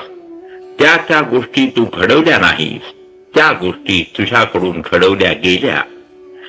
दर क्षणाला अनंत बुडबुडे नष्ट होतात व त्यामुळे प्रवाहात काहीच रीतेपणा येत नाही. पण एक विशेष ध्यानात घे, जीवन इतके अनंत रूप आहे की अगदी संपूर्णपणे माझ्यासारखेच आयुष्य असलेला माणूस पूर्वी कधी झाला नाही व पुन्हा कधी होणार नाही. त्या दृष्टीने प्रत्येक सामान्य माणूस देखील अद्वितीय असतो. मी गेल्यानंतर एक अद्वितीय भावविश्व पूर्णपणे विरून जाणार आहे. ते पुन्हा कधी जन्मणार नाही. तेव्हा त्याला निरोप देताना तुझ्या मनात आता कसलीही कसर ठेवू नको. मी इथून कोठे जाणार हे मला माहीत नाही. मी कदाचित शून्यात शून्य होऊन जाईन किंवा इथल्यापेक्षा जास्त अर्थपूर्ण आणि सुसंगत अशा ठिकाणी जाईन. त्या ठिकाणी एक तर तुला येता येणार नाही किंवा तू आलास काय नाही आलास काय याला आला वारा गेला वारा यापेक्षा जास्त अर्थ आणि साफल्य असणार नाही. मी पुन्हा या वाटेने कधी येणार नाही. म्हणजे ही आपली शेवटची भेट आहे. काही झाले तरी माझ्या आयुष्यभर तू सांगाती सहप्रवास केला. आता आपले मार्ग निराळे होत आहे. अशा या अंतिम क्षणी तू मला मुक्त मनाने निरोप दे, कारण आता मी निघालो आहे.